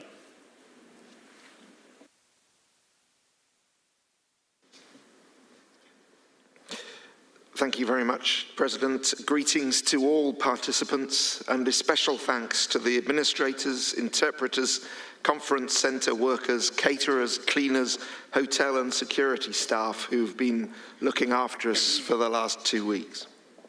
On behalf of the workers, I have 4 reflections I want to share. First, a safe and healthy working environment has now been recognised internationally by the International Labour Organization, where unions are part of the tripartite decision-making, as a fundamental human right, but a right which is only realisable if workers are informed, empowered and enabled through freedom of association.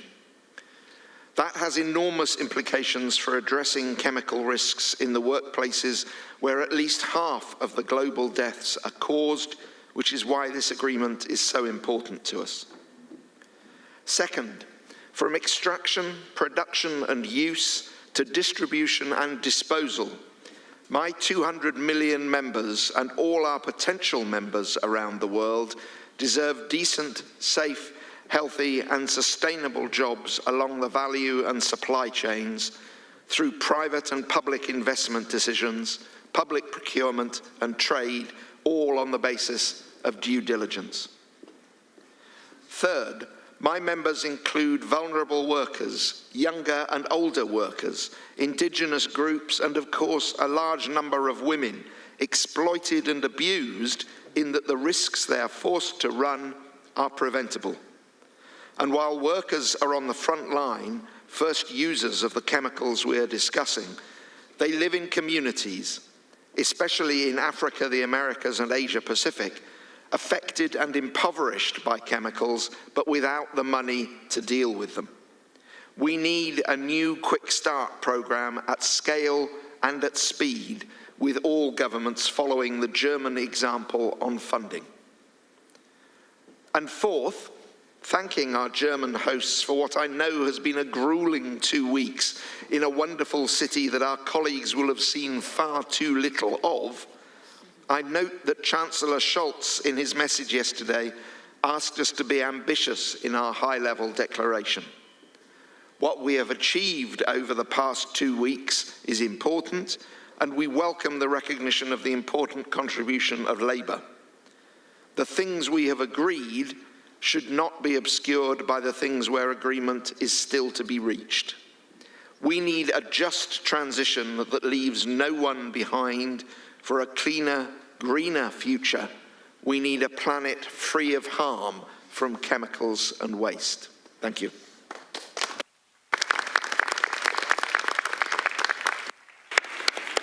And now Berenice Quiros, Undersecretary, Ministry of Environment, Ecuador.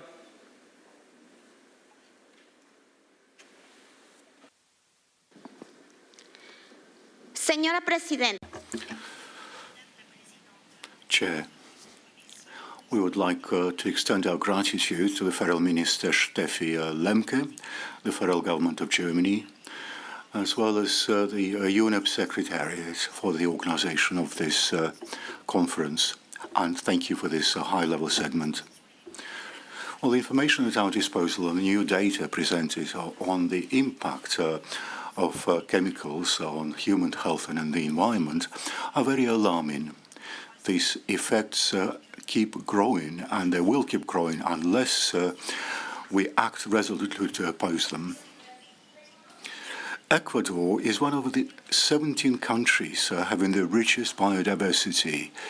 We recognize the right to live in a healthy environment, which is stipulated in our constitution.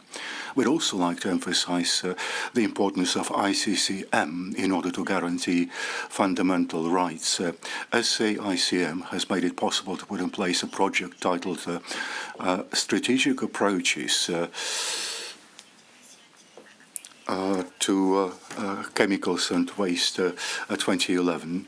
That work, supported by UNEP, has made it possible for us to improve our management and to introduce more efficient methods of labeling chemicals. We'd also like to reiterate our unwavering commitment in favor of ambitious framework and ambitious results, and we'd also like to see all of that put in place rapidly.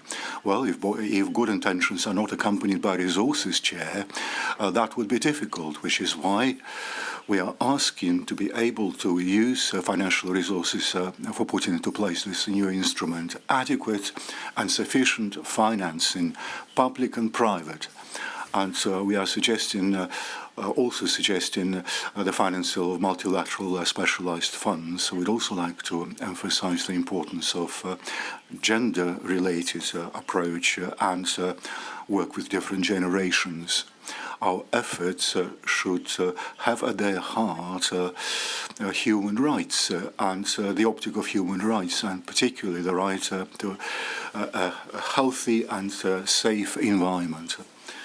We need to address the root causes of inequalities that lead to increased impact on the poor and women. Indigenous communities also need to be able to take part in this work. Before I conclude, I'd like to remind you that Ecuador continues to stand firmly in favor of a legally binding instrument to end plastic pollution. Our ambassador, Mr. Luis Ambas, will assume the chairmanship of the negotiating committee in December. We're also suggesting hosting a diplomatic conference in Ecuador to discuss a future treaty. In conclusion, I'd like to wish you all to be inspired by the international spirit and the spirit of Bonn. I thank you. And now, Monika Stankiewicz, Executive Secretary, Minamata Convention on Mercury. Your Excellencies, distinguished ladies and gentlemen, I wish to start by expressing my appreciation to the government of Germany, and in particular Minister Steffi Lemke and ICCM5 President Anita Breyer for your leadership of the Beyond 2020 process and for hosting this important event in the beautiful city of Bonn. On behalf of the Minamata Convention Mercury, I would like to express our appreciation to all the efforts being made to reach an important milestone of the adoption of the high-level declaration today.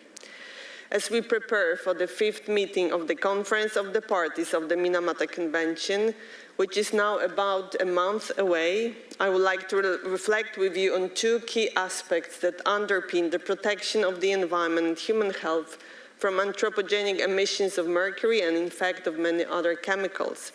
Firstly, the interconnection of the 3 planetary crises requires strong cooperation and cross-sectoral commitment. This has become clear. To effectively address the many sectors where mercury use and emissions are still prevalent, we must work together in an integrated way, also in light of the need to intensify efforts at all levels to protect biodiversity and mitigate climate change. Such integration must be driven at the national level, with environment ministries fully engaged in national development strategies and plans, trade and economic policies, health policies, and land use policies, and strongly embedded in the new framework being negotiated at this conference. Secondly, achieving sound chemical and waste management national and regional levels requires the collaboration of actors in different policy areas and sectors, but also the meaningful involvement of all stakeholders. We must not forget that mercury exposure and pollution have a disproportionate impact on certain groups. These are indigenous people, women, and children. The upcoming 5th meeting of the Conference of the Parties will be an opportunity for the parties to the Convention to consider the outcomes of ICCM5. We stand ready to engage. It is abundantly clear that the strengthening of chemicals management in any one sector provides benefits to chemicals management in other sectors and far beyond for the protection of biodiversity, holding the line against climate change and health for people and planet. Thank you.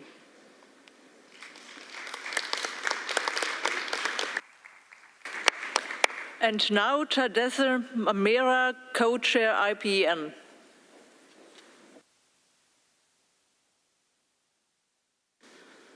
Thank you, Your Excellency, Madam Minister, distinguished delegates.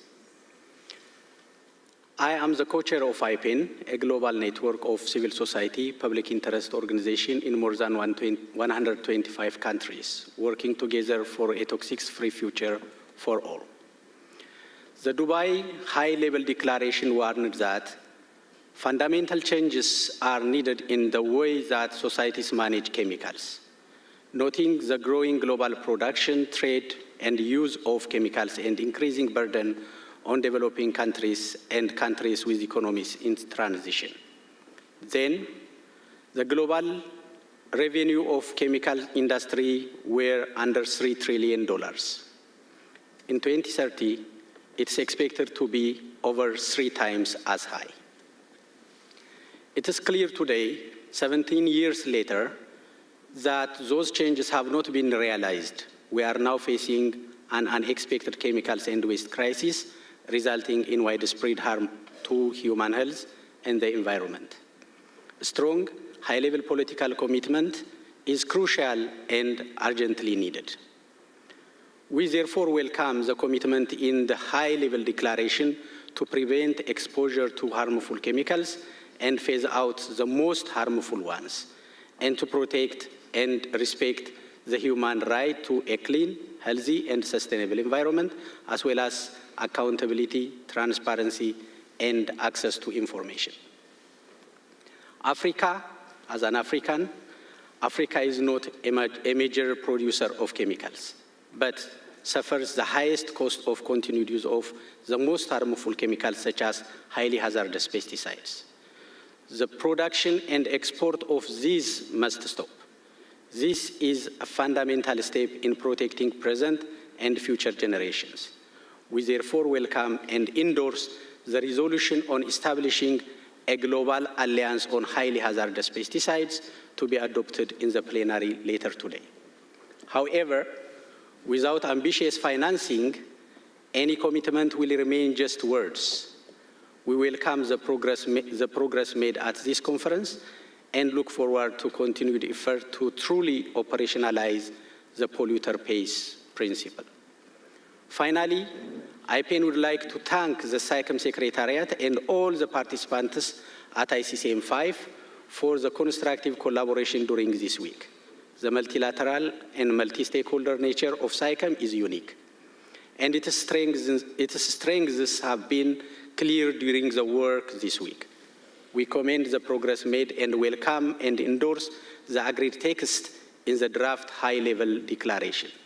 IPN remains committed to continue working with you to implement the new framework to achieve a toxics-free future for all. Thank you, Your Excellency.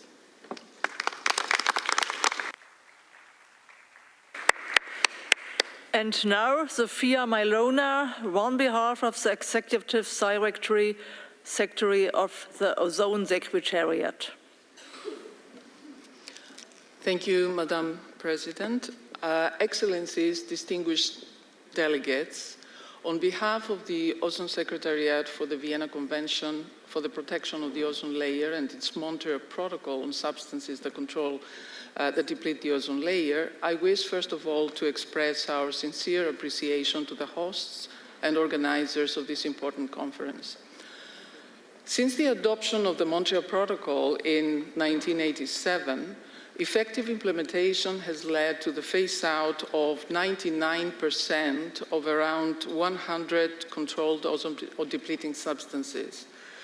Since its last amendment in 2016, the protocol has also been controlling 18 hydrofluorocarbons, which are not ozone-depleting, but powerful greenhouse gases, used mainly in refrigeration and air conditioning. Almost all controlled chemicals are entirely man-made, with their production and consumption subject to specific phase-out or phase-down schedules. The phase-out of ozone-depleting substances has protected human health and the environment from the adverse effects of the depletion of the ozone layer, which is now on a path to recovery. Furthermore, as most of these substances are potent greenhouse gases, their phase-out has benefited our climate. So the question that arises is, what have been the reasons for the success of the Montreal Protocol? Apart from the parties' outstanding commitment to the protocol's implementation, a large part of the success may be attributed to its effective design, which encompasses science-based policy making, stakeholder partnerships, annual data reporting by all parties, a well-functioning compliance regime, and a dedicated financial mechanism which provides to developing countries financial assistance, institutional strengthening, capacity building, and technology transfer.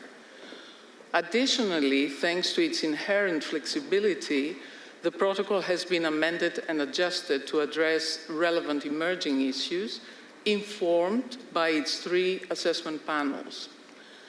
Now, the 2022 quadrennial assessments of these panels have highlighted several issues for future policy considerations, including the detection of unexplained emissions of a few controlled substances, the growing anthropogenic emissions of some uncontrolled substances that, however, contribute to ozone depletion, emissions from uses currently allowed under the protocol, such as the use of an ozone-depleting pesticide in quarantine and pre-shipment applications, and the rapidly expanding use of controlled substances in industrial feedstock applications, releases of controlled substances from poorly managed equipment or products, the fact that some suggested alternatives are classified in some definitions as persistent and bioaccumulative with adverse effects on human health and the environment,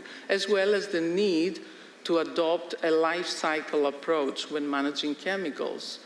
So the parties to the protocol are now considering how to deal with this and several other important issues, including combating illegal trade. So clearly, there are interlinkages between the Beyond 2020 framework and the Montreal Protocol. Recognizing the importance of the new instrument in advancing chemicals and waste safety around the globe for a healthy and sustainable future, as well as in complementing the work of related treaties, including the Montreal Protocol, the Ozone Secretariat stands ready and looks forward to working with you all towards this common goal. Thank you very much.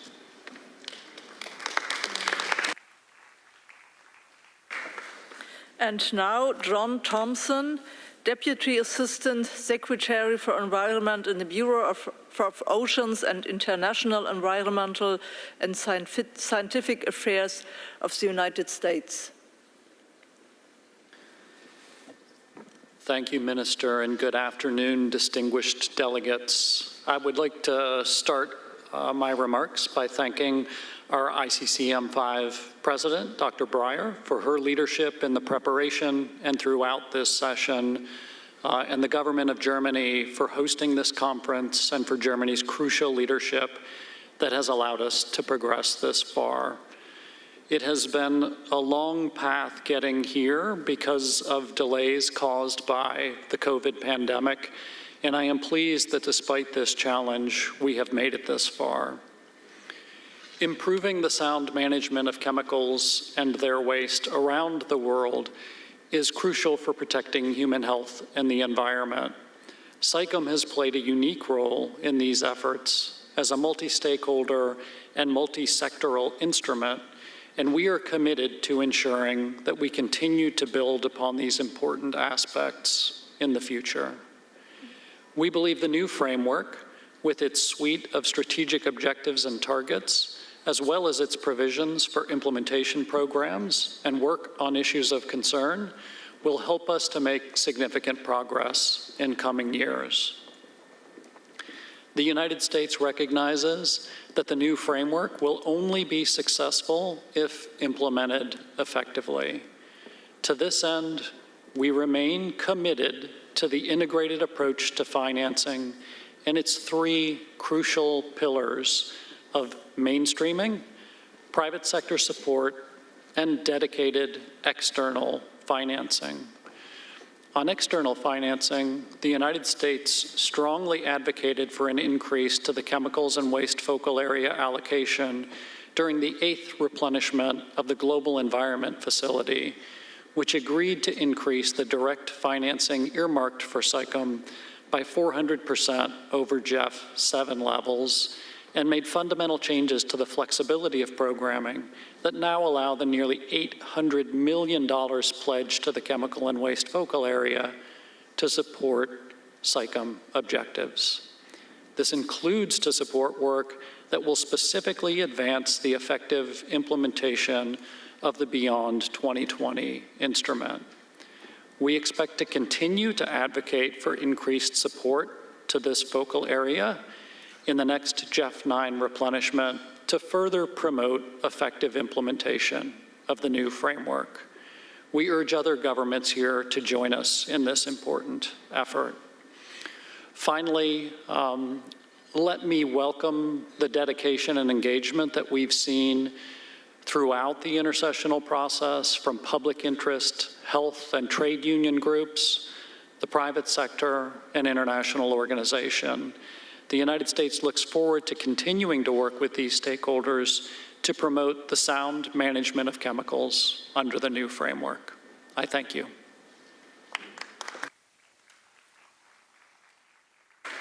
And now Agnieszka Dudra, President of the Bureau for Chemical Substances, Poland.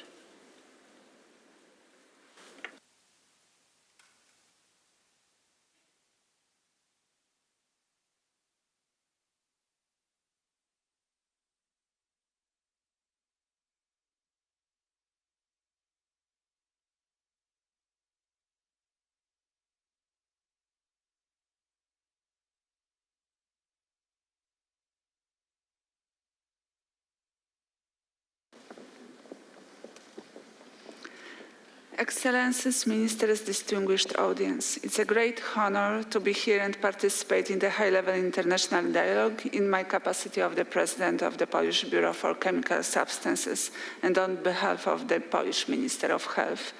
I want to thank the German government for giving us the possibility to be here today and for its continuous efforts to raise awareness about the visibility of sound chemical and waste management. I feel pleased that so many ministerial representatives and leaders of intergovernmental organizations have gathered here to make commitments for the new global chemical and waste management framework and underline the need and will of having a high-level declaration warranting high political recognition for the sound management of chemicals and waste. We have momentum, which I encourage all of us to use. Poland, recognizing the need for global ambitions to protect human health and the environment from the pollution crisis, supports accelerated actions to deal with chemical pollution and confirms a solid commitment to building a visible and durable platform to address chemical and waste-related challenges. To succeed, we need shared responsibilities among different sectors, better use of industry and private sector capacity, and world-class academic achievements to provide safe, innovative, and sustainable chemicals and safer alternatives. New solutions and business models are needed to support green and digital transformations. Excellencies and fellow ministers, the declaration that we can have here will drive our future achievements, setting the basis for transparent acting, defining dedicated tasks, and clear and measurable goals involving the fostering ownership amongst all relevant sectors and stakeholders to minimize and prevent the adverse effects and risk from hazardous chemicals and waste to human health and the environment. We are here at ICCM 5 today to give political support to delivering fully inclusive and ambitious recommendations for the new enabling framework, a crucial prerequisite to achieving the 2030 agenda. You owe that IP co-chairs, the ICCM 5 Bureau, the SAICM Secretariat, and our experts and negotiators. I'm proud that Poland was engaged in sharing the burden of steering this process, being the ICCM 5 Bureau member and ensuring that the Central and Eastern European countries' voice was well reflected. Thank you very much.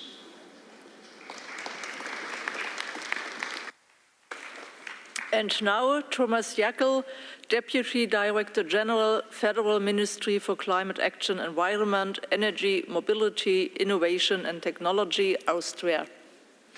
Thank you very much, Madam President. And at the outset, I would like to associate myself with those previous speakers, expressing their gratitude to the German government and for your personal commitment as a politician. Thank you very much indeed. Madam President, Excellencies, distinguished delegates, it is my great pleasure and honor to address this conference of paramount importance. And I'm confident and optimistic that the global community will accomplish a committed and visionary framework to adequately address the pollution by chemicals, waste, part of the triple planetary crisis. Austria actively contributed during the past decades to develop the instruments of chemicals policy assessing and managing risks within the European Union as well as on a global scale. Madam President, I would like to use today's unique opportunity to share with you three elements Austria puts and is continuing to put specific emphasis on pursuing chemicals policy on all levels. The common umbrella for our approach was to develop a vision on the way chemicals should be designed, applied, to be in line with a circular and sustainable economy. First pillar, developing a nationwide inclusive community, fostering the principles of green chemistry. We gathered representatives from academia, industry, civil society and authorities to develop criteria and display lighthouse examples for chemicals and applications to be safe and sustainable by design.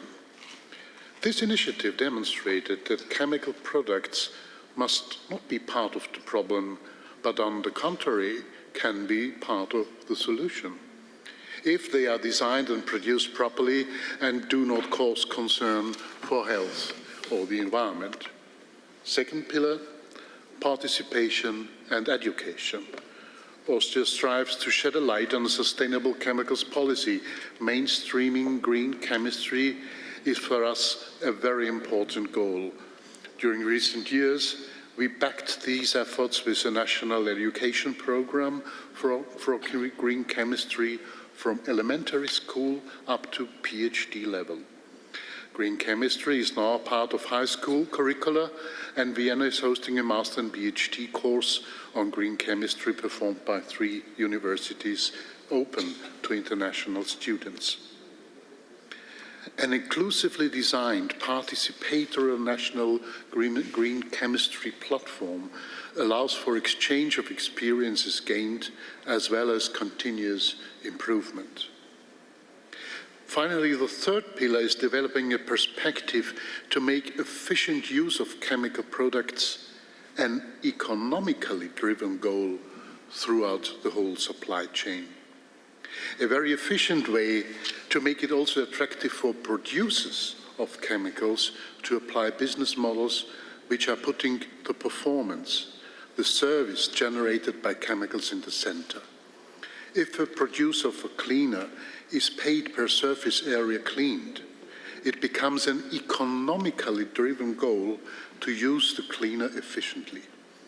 Together with UNIDO, the United Nations Industrial Development Organization based in Vienna, we could display hundreds of examples where this service-based business models we were calling chemical leasing was implemented successfully. Selling chemical services instead of barrels, chemical leasing became a worldwide success story, saving thousands of tons of chemicals and process agents. It is our Austria's intention to document how chemicals can be designed, produced, and applied in a manner that is environmentally benign while at the same time viable in a socio-economic sense. Green chemicals applied in service-based business models. This is Austria's vision, our message we also plan to get across within the framework to be decided upon today. Thank you very much for your kind attention.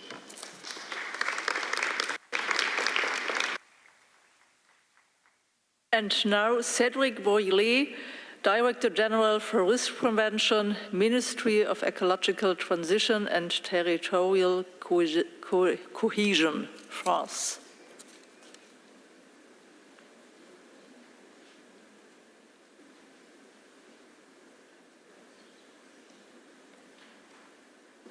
I'm going to speak in French.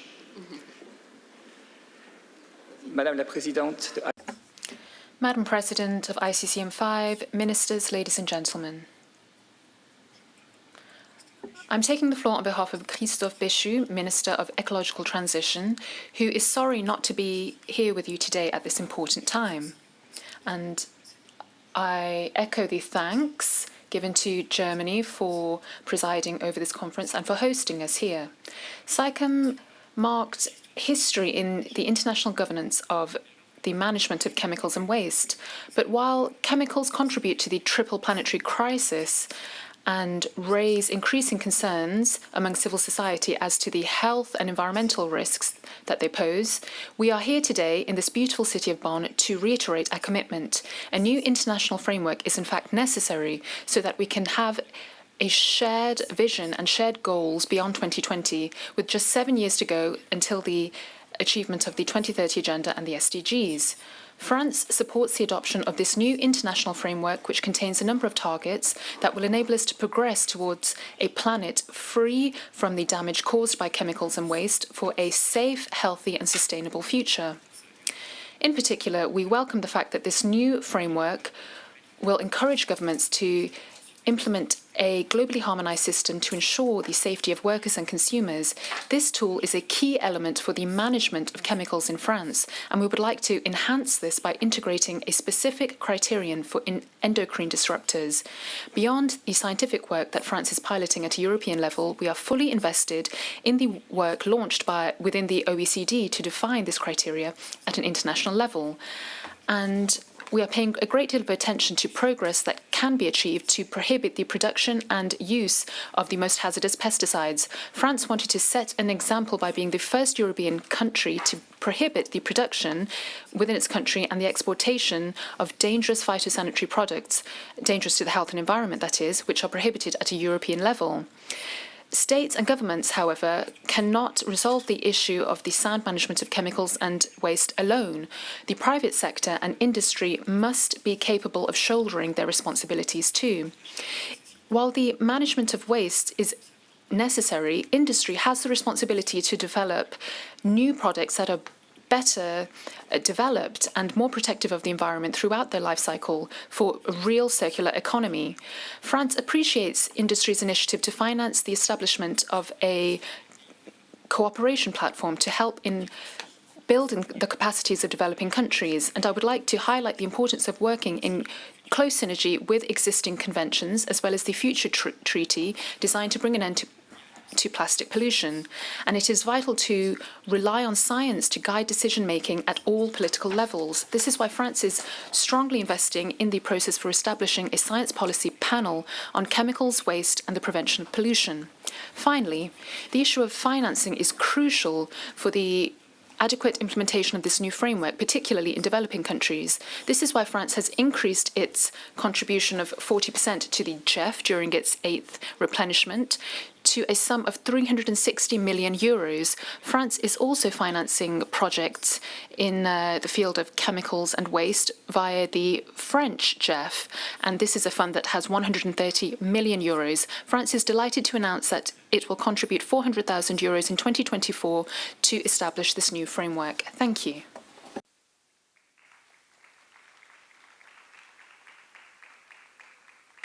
And now, Naresh Pal Gangwar, Additional Secretary, Ministry of Environment, Forest and Climate Change, India.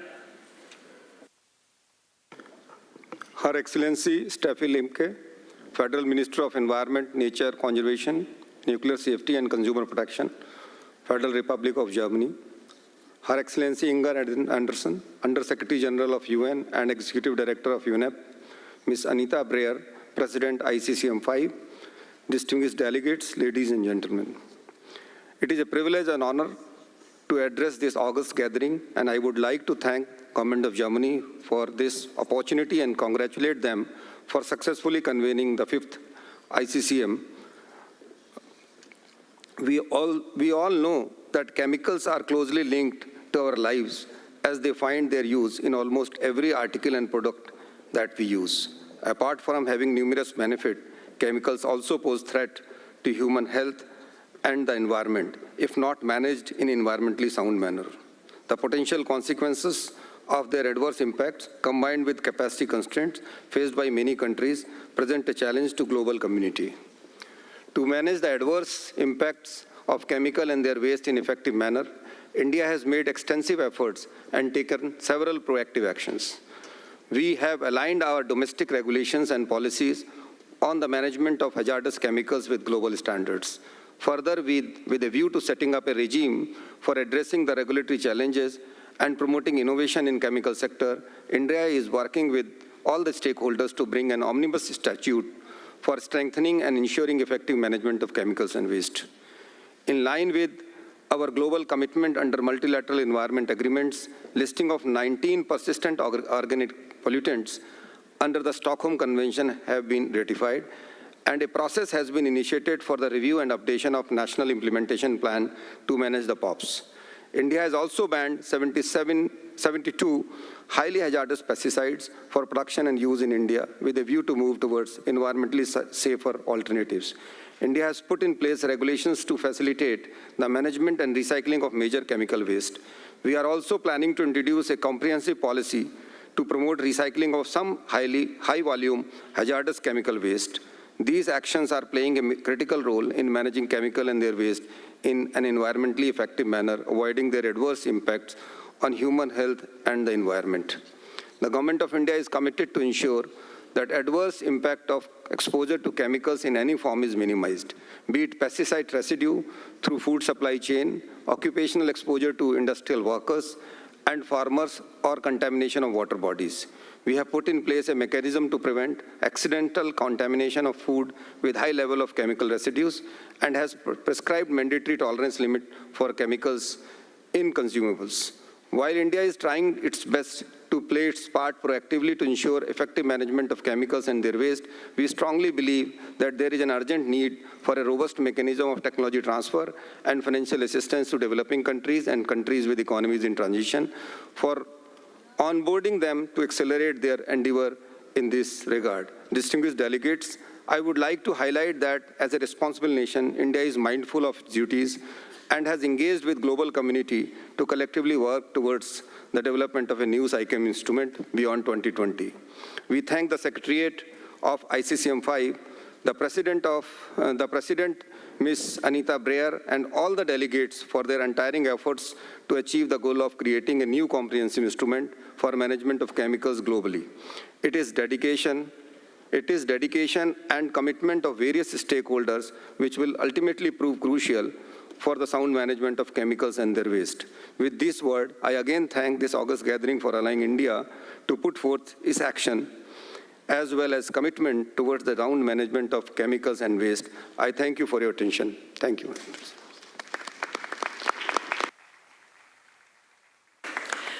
And now, Mohamed Khashashni, Jordanien.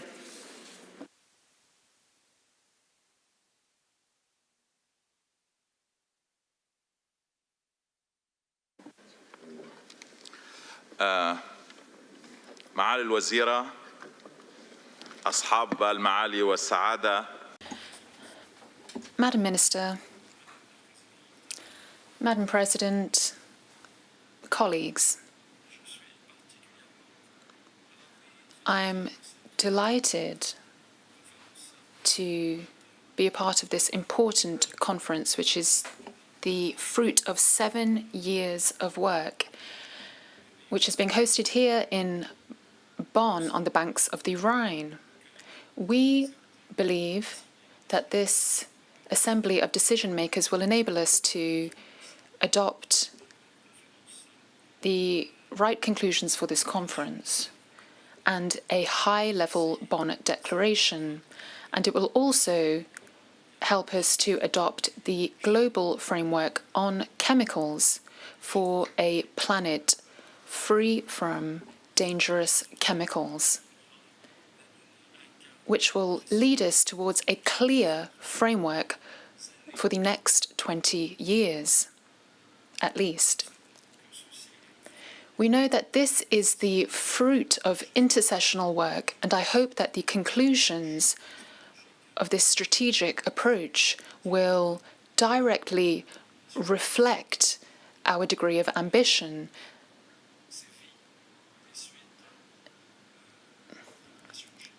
Because we should no longer be losing lives as a result of chemical contamination.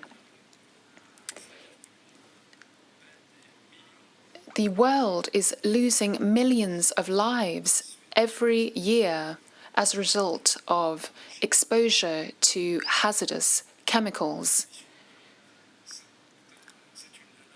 This is a deafening alarm that we should not ignore.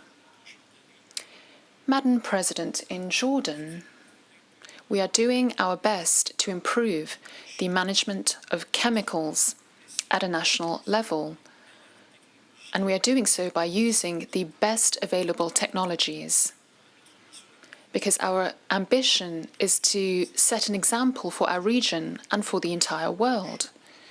We have a comprehensive approach for the management of chemicals. Madam Minister, Madam President, beyond our participation in this conference, what we hope is that we can do all that is possible so that the conclusions from this conference will provide tangible results so that we can manage chemicals across the world. We all need to be real partners to manage these chemicals. And we must not leave anyone behind. Thank you. And now, Maria Eugenia González Anaya, First Secretary, Environment, Permanent Mission of Mexico to Geneva, Mexico.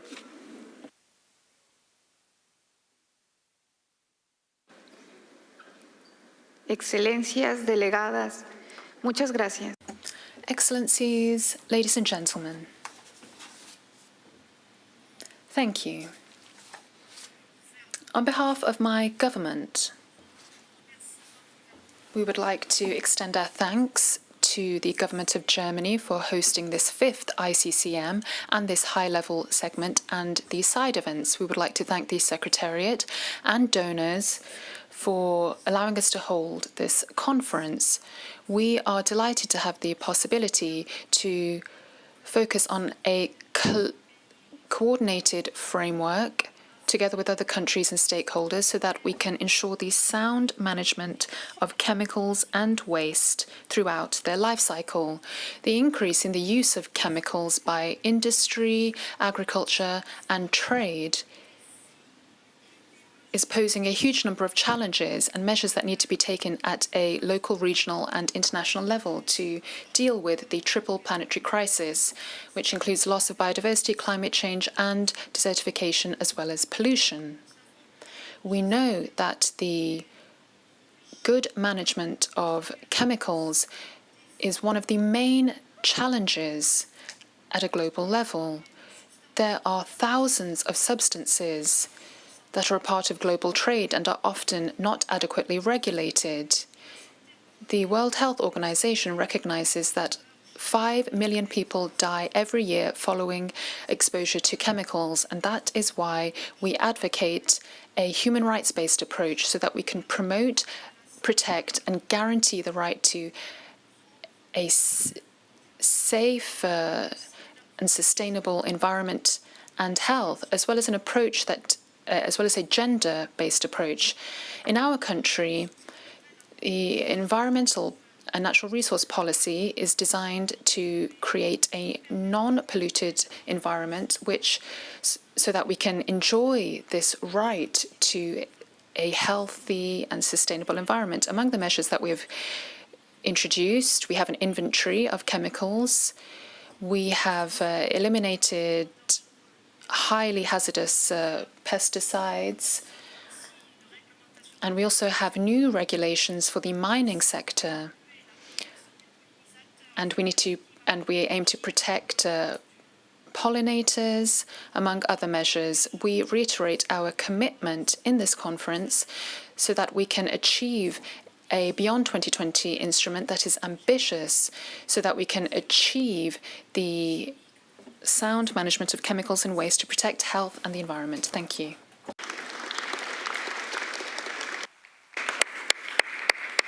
And now, Mamaguala Musikene, Deputy Director General, Chemicals and Waste Management, South Africa. Minister Lemke, Madam Anderson, Madam President, Your Excellencies, distinguished delegates, on behalf of South Africa and her people, we are grateful to Germany and the SAICEM Secretariat for the excellent organization and hosting of this 5th session of the International Conference on Chemicals Management. To ensure the safe management of chemicals and to prevent harm to human health and the environment, South Africa's constitution had already in 1996 assured South Africans of their human rights to an environment that is not harmful to their health and well-being. This required legislators and policymakers to put in place reasonable legislative and other measures towards the enjoyment of these rights. Last month in Addis Ababa, the African Ministerial Conference on the Environment resolved that it is critical for ICCM5 to provide a mandate on priority matters for Africa on chemicals and waste management. The African Agenda 2030 recognizes that innovation in agricultural biotechnology is necessary to enable, amongst others, the utilization of techniques to minimize the high costs and environmental impact of agrochemicals and pesticides. The establishment of a global alliance on highly hazardous pesticides to mobilize and coordinate global action for the phase-out of highly hazardous pesticides is a priority action. The South African policy on pesticide management takes into account that special attention should be given to pesticides that pose unmanageable risk, with an understanding that such pesticides should be considered for phase-out, severe restriction, and bans. The chemicals that are considered for this phase-out include formulations classified by the WHO as extremely and highly hazardous, and those associated with frequent and severe poisoning incidents. Transparency is key to South Africa's regulatory framework. The manufacturers and importers have a duty to classify and label chemicals in line with the globally harmonized system. The development of an international code of conduct on chemicals and waste management is a decision that would shift the needle in the implementation of this post-2020 instrument. The norms and guidance provided by the code would instill expectations and behaviors for each stakeholder and provide the necessary benchmark against the set norms. The ambitious targets of this new framework require equally ambitious means of implementation in line with the principle of common but differentiated responsibility. South Africa underscores the need to establish a fund for the implementation of this new instrument. In line with the responsible care approach, the fund would benefit from contributions by the chemicals industry. This polluter pay approach would demonstrate the much needed change for this new instrument. The independent evaluation on the assessment of progress made on achieving the 2020 goal on the sound management of chemicals and waste acknowledged slow progress, and several activities were delayed because of the lack of funds. South Africa's national legislation, the extended producer responsibility for pesticides, is currently under implementation, and producers of pesticides are contributing financially towards chemicals management. The previous instrument did not have the dedicated financial mechanism to enable implementation. It is necessary to equally be intentional about the means of implementation. Governments cannot continue to burden the already constrained fiscus, and it is necessary that the polluter pays for the management of chemicals. In conclusion, one of the sons of this soil, Albert Einstein, said, and I quote, "Insanity is doing the same thing over and over and expecting different results," close quote. The life cycle of chemicals includes numerous role players in the value chain. Let us have a collaborative approach to the financing of this new instrument. I thank you. Interpretation services have now come to an end. Thank you. And now Ana Paula Sousa, Human Rights Officer, OHCHR. For the opportunity to intervene here today. I would like to thank the government of Germany and SAICM Secretariat for preparing and hosting this meeting. 17 years following the Dubai Declaration, toxic chemicals continue to be responsible for ongoing massive human rights harms that negatively affect multiple aspects of human life and dignity. We have run out of time for compromise solutions. Corporate greed and unprincipled chemical management are dragging us deeper and deeper into a crisis. Profit and other vested interests should never come at the expense of human rights. We urgently need international chemical and waste management with more teeth. Are decision makers ready to meet this challenge? We have sufficient information to inform action, and we know that when there is will, multilateralism rooted in our common humanity can help us advance common objectives. Human rights standards and obligations guarantee all people the rights to participation, access to information, and access to justice and remedies in environmental matters. And all states are bound to protect people from foreseeable and preventable human rights harms caused by environmental degradation. Human rights also ensure the rights of all people to enjoy the benefits of science, which require safeguards to ensure science is independent, including through provisions on transparency and conflict of interest to ensure responsible corporate political engagement that respects human rights.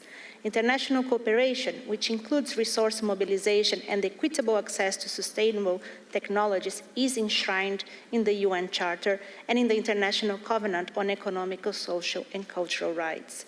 That is to say that all states have obligations to respect, protect, and fulfill human rights in the context of chemicals and waste of concern. Negotiations need to focus on how to advance the realization of human rights, including the right to health and to a clean, healthy, and sustainable environment for all people. Anything else is a distraction. For instance, we need to ensure that human rights guardrails are integrated into policy-making, investment decisions, and business models. We need to achieve a just transition that protects the rights of workers and communities affected by the life cycle of chemicals and waste, including indigenous peoples, through inclusive and participatory transition process. And that states increase resources in line with equity and their common but differentiated responsibilities and respective capabilities and the duty to cooperate in order to match the scale of the toxic crisis. Finance, informed by a human rights-based approach, will benefit the countries and people most affected by environmental crisis and avoiding supporting projects that result in human rights abuses or violations and exacerbate social and economic inequalities. It also steers finance towards participatory and inclusive action that benefits people and the planet. In conclusion, we must strive to address toxic chemicals as the human rights crisis it is. OHCHR welcomes the much-needed establishment of the Global Alliance on Highly Hazardous Pesticides and remains available to continue engaging with all stakeholders in the implementation of the new framework. Thank you.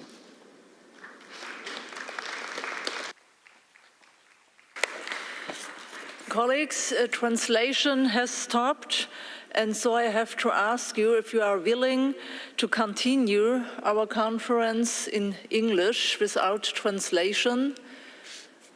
And that's fine, thank you for that. So the next is Patrick Child, Deputy Director General, EC. Madam Chair, Excellencies, ladies and gentlemen, in view of the time, I propose to deliver an abridged version of my statement. The European Commission strongly supports the development of an ambitious, improved, enabling framework on safe and sustainable chemicals. We have such a robust strategy at European level with the European Green Deal, our chemical strategy for sustainability, and the Zero Pollution Action Plan.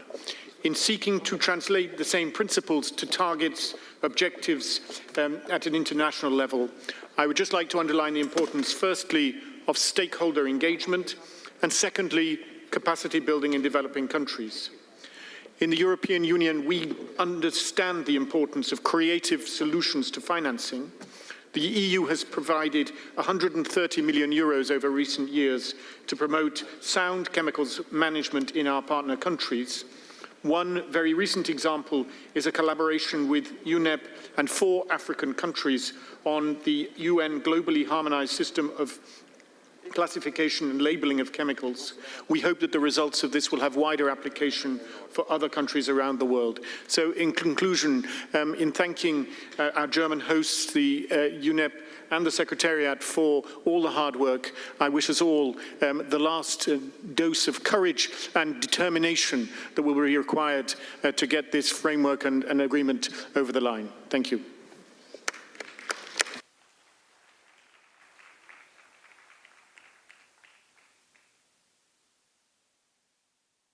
So thank you, and I have to ask the Secretariat if it's clear that we close now.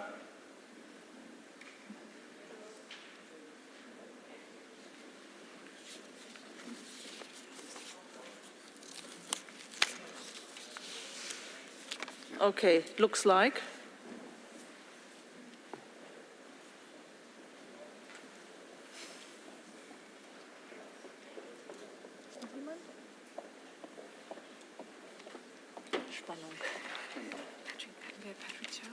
Patrick Scheid, was? Ja, sind alle durch jetzt? Nee, dann jetzt würde ich ICCA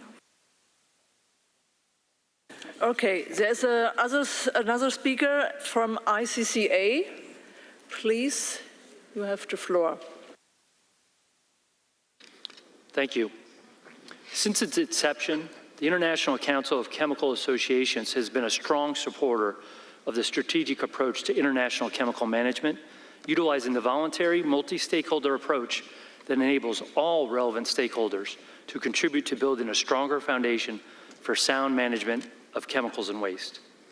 We thank the German government for hosting ICCM 5, and we thank Inger Andersen and UNEP for convening the negotiations that welcomed all perspectives from industry, nations, and non-governmental organizations.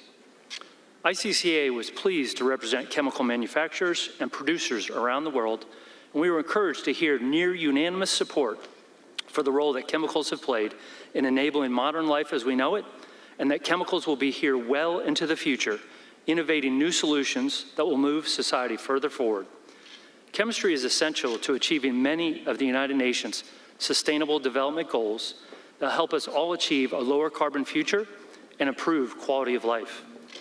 We accept that with this prominent role in the future, we have been challenged to be ambitious and innovate beyond what we have already provided the world today. Even before the opening sessions, we announced 3 visionary ambitions that highlight our commitment to sound management of chemicals and waste. These ambitions start with transparency. We aim to provide access to available safety and sustainability data for our products by 2030, so that countries don't have to recreate the work that's already been done. We will work closely with other stakeholders to identify the best ways to make this data readily available and easy to access. The second ambition is to support at least 30 countries in their implementation of effective chemical management systems by 2030. ICCA has listened to the stakeholders at this conference, and ICCA is ready to engage in a voluntary, innovative, and inclusive financial mechanism that is linked to the strategic objectives of the new global framework on chemicals. With adequate governance in place involving industry, industry offers to also participate in the new innovative funding mechanism with the aim to provide the necessary capacity to countries to establish fee-based regulatory systems. Our third ambition is that the chemical industry will guide our product portfolios, including processes, towards sustainable solutions. Our industry is a leader in sustainable innovation, creating products that help build a better future. We welcome feedback from stakeholders and metrics that highlight the progress that is being made by the chemical industry. To meet the ambitious goals of the framework, meaningful partnerships between stakeholders serving these objectives will be needed. We applaud the many contributions highlighted by all those here today at ICCM5, and we look forward to the collaboration that will be necessary to ensure the ultimate success of the global framework on chemicals. Thank you.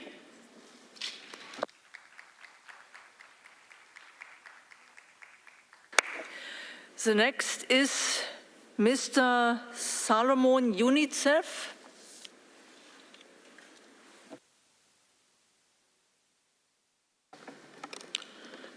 Thank you, Madam President. Your Excellencies and distinguished delegates, good afternoon. I would like to start by thanking the German leadership, UNEP, the SAICM Secretariat, for the very productive ICCM5. More than 1 million children under the age of 5 die every year due to unhealthy environments. Toxic chemicals in the air, water, soil, food, and consumer products are destroying young lives, sometimes even before they are born, and they have to bear the burden of these exposures for a lifetime. Because of this challenge, UNICEF joined the ICCM for the very first time. In at least 4 countries, low middle-income countries where UNICEF has tested children, we have found 40 to 50% children with dangerous levels of lead in their blood.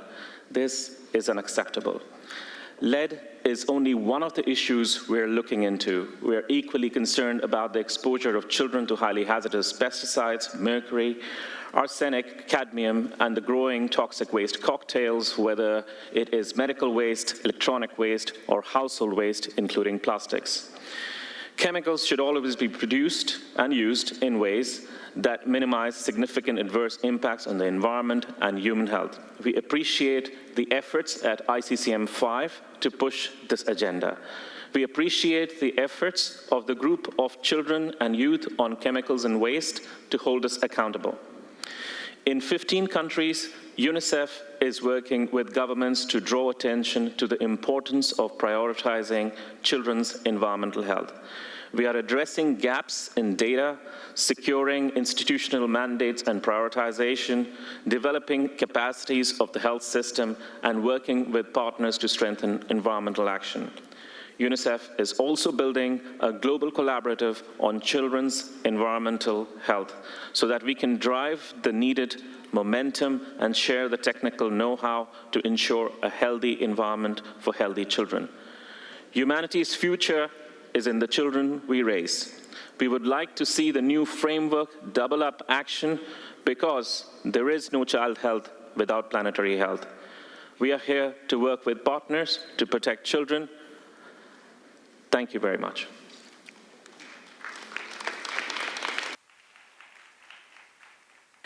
And now Eswatini.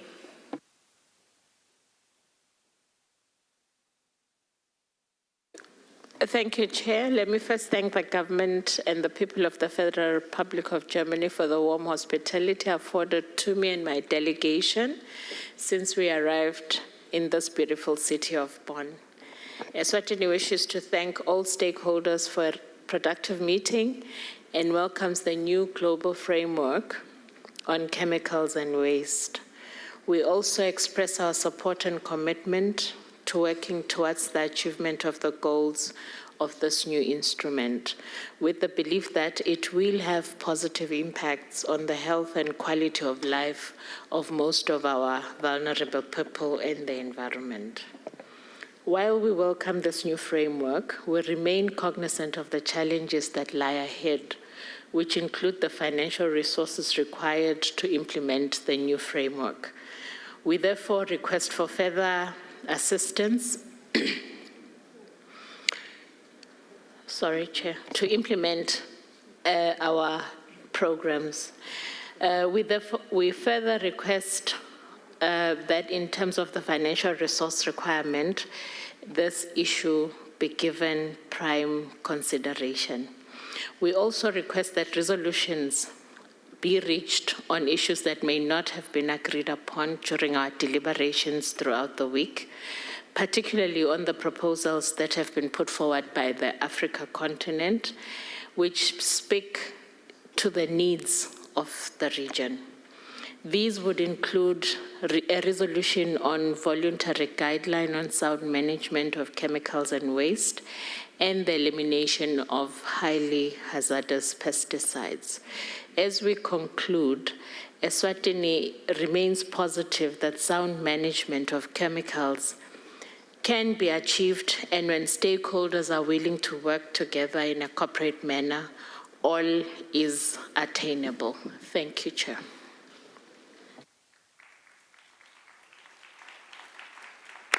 Colleagues, we have two more speakers. The next is CropLife International.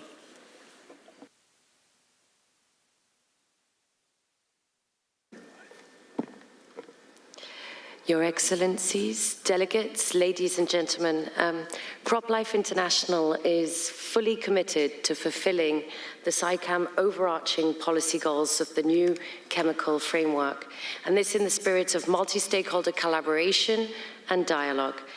There is no time to lose in meeting the Sustainable Development Goals. Climate action, tackling pollution, protecting biodiversity, and boosting food security are complex global challenges, and they are all interlinked. They must be addressed in a horizontal, holistic, and inclusive manner. CropLife has been a long-time committed participant to SAICM processes, and we launched our multi-year Sustainable Pesticide Management Framework program in 2021. It is currently underway in 5 countries in Africa, Asia, and the Middle East, and will soon be extending this ambitious program to Central and South America to support the implementation of the new framework in a transparent manner, and look forward to reporting on its progress. The Sustainable Pesticide Management Framework aims to achieve long-term change and resilience by upholding best practice standards for pesticide management, including integrated pest management, or IPM. We do so by investing in capacity building, providing access to knowledge and data, accelerating innovations, and this is in full support of a sustainable transition away from highly hazardous pesticides. We therefore endorse a declaration that reflects our shared commitments and gives us renewed energy to strengthen global action in achieving a safe and sustainable management of chemicals. Count on us to be part of the solution.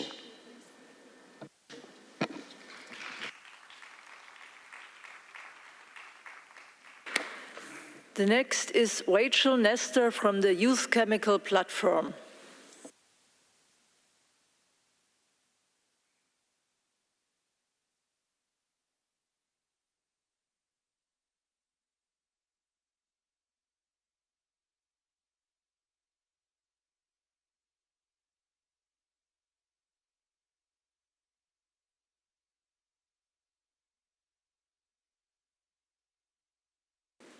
Okay, looks like she isn't here. Okay, then, Excellencies, colleagues, ladies and gentlemen, directors, board members, stakeholder representatives, Inge Andersen. I would like to thank all delegations, the representatives of all stakeholder groups, and particularly the 2 co-chairs of the Friends of the President group. Although we haven't formally adopted it yet, we have agreed on a good text for the high-level declaration. It clearly identifies the major challenges of the pollution crisis, outlines solutions, and holds all stakeholders accountable. This week has brought home the need for us to take our responsibility for the safe production and use of chemicals seriously. Each of us needs to significantly step up our efforts to effectively tackle the risk posed by chemicals to people and the environment. At this conference, we have shown that we are working closely together in all sectors, including agriculture, health and occupational health and safety, and that we are living up to our responsibility. I very much hope that we will maintain this spirit and swiftly achieve the common goals we have agreed.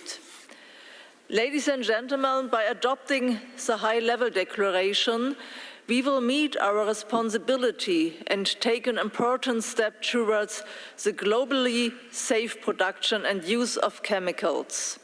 We have already clearly demonstrated our commitment to making the global pollution crisis a stronger focus of our own efforts. This includes everyone responsible for deciding, for example, which resources are required.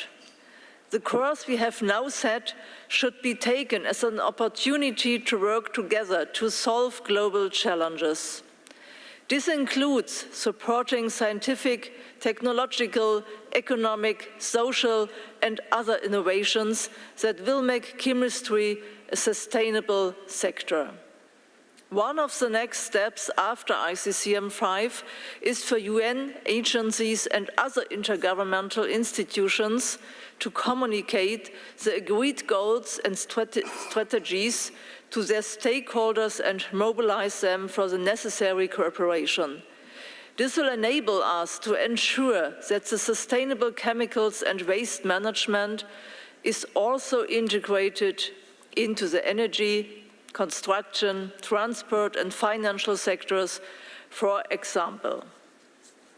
I would like to inform you that the Friends of the President group did agree on a name for our new instrument, Global Framework on Chemicals, with the tagline always added, for a planet free of harm from chemicals and waste. Thank you for the group for this work.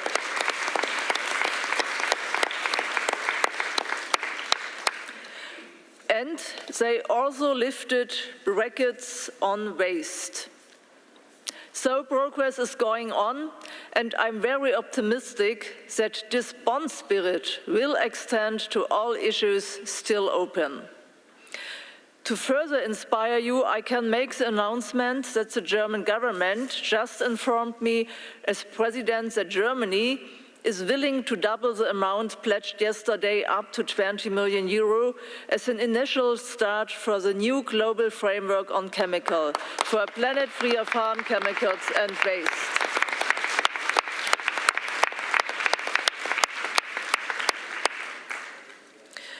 Colleagues, I hope to see you soon in New York at the UN General Assembly to focus more specifically on the implementation of our UN chemicals and waste agenda and to make this important issue a permanent agenda item.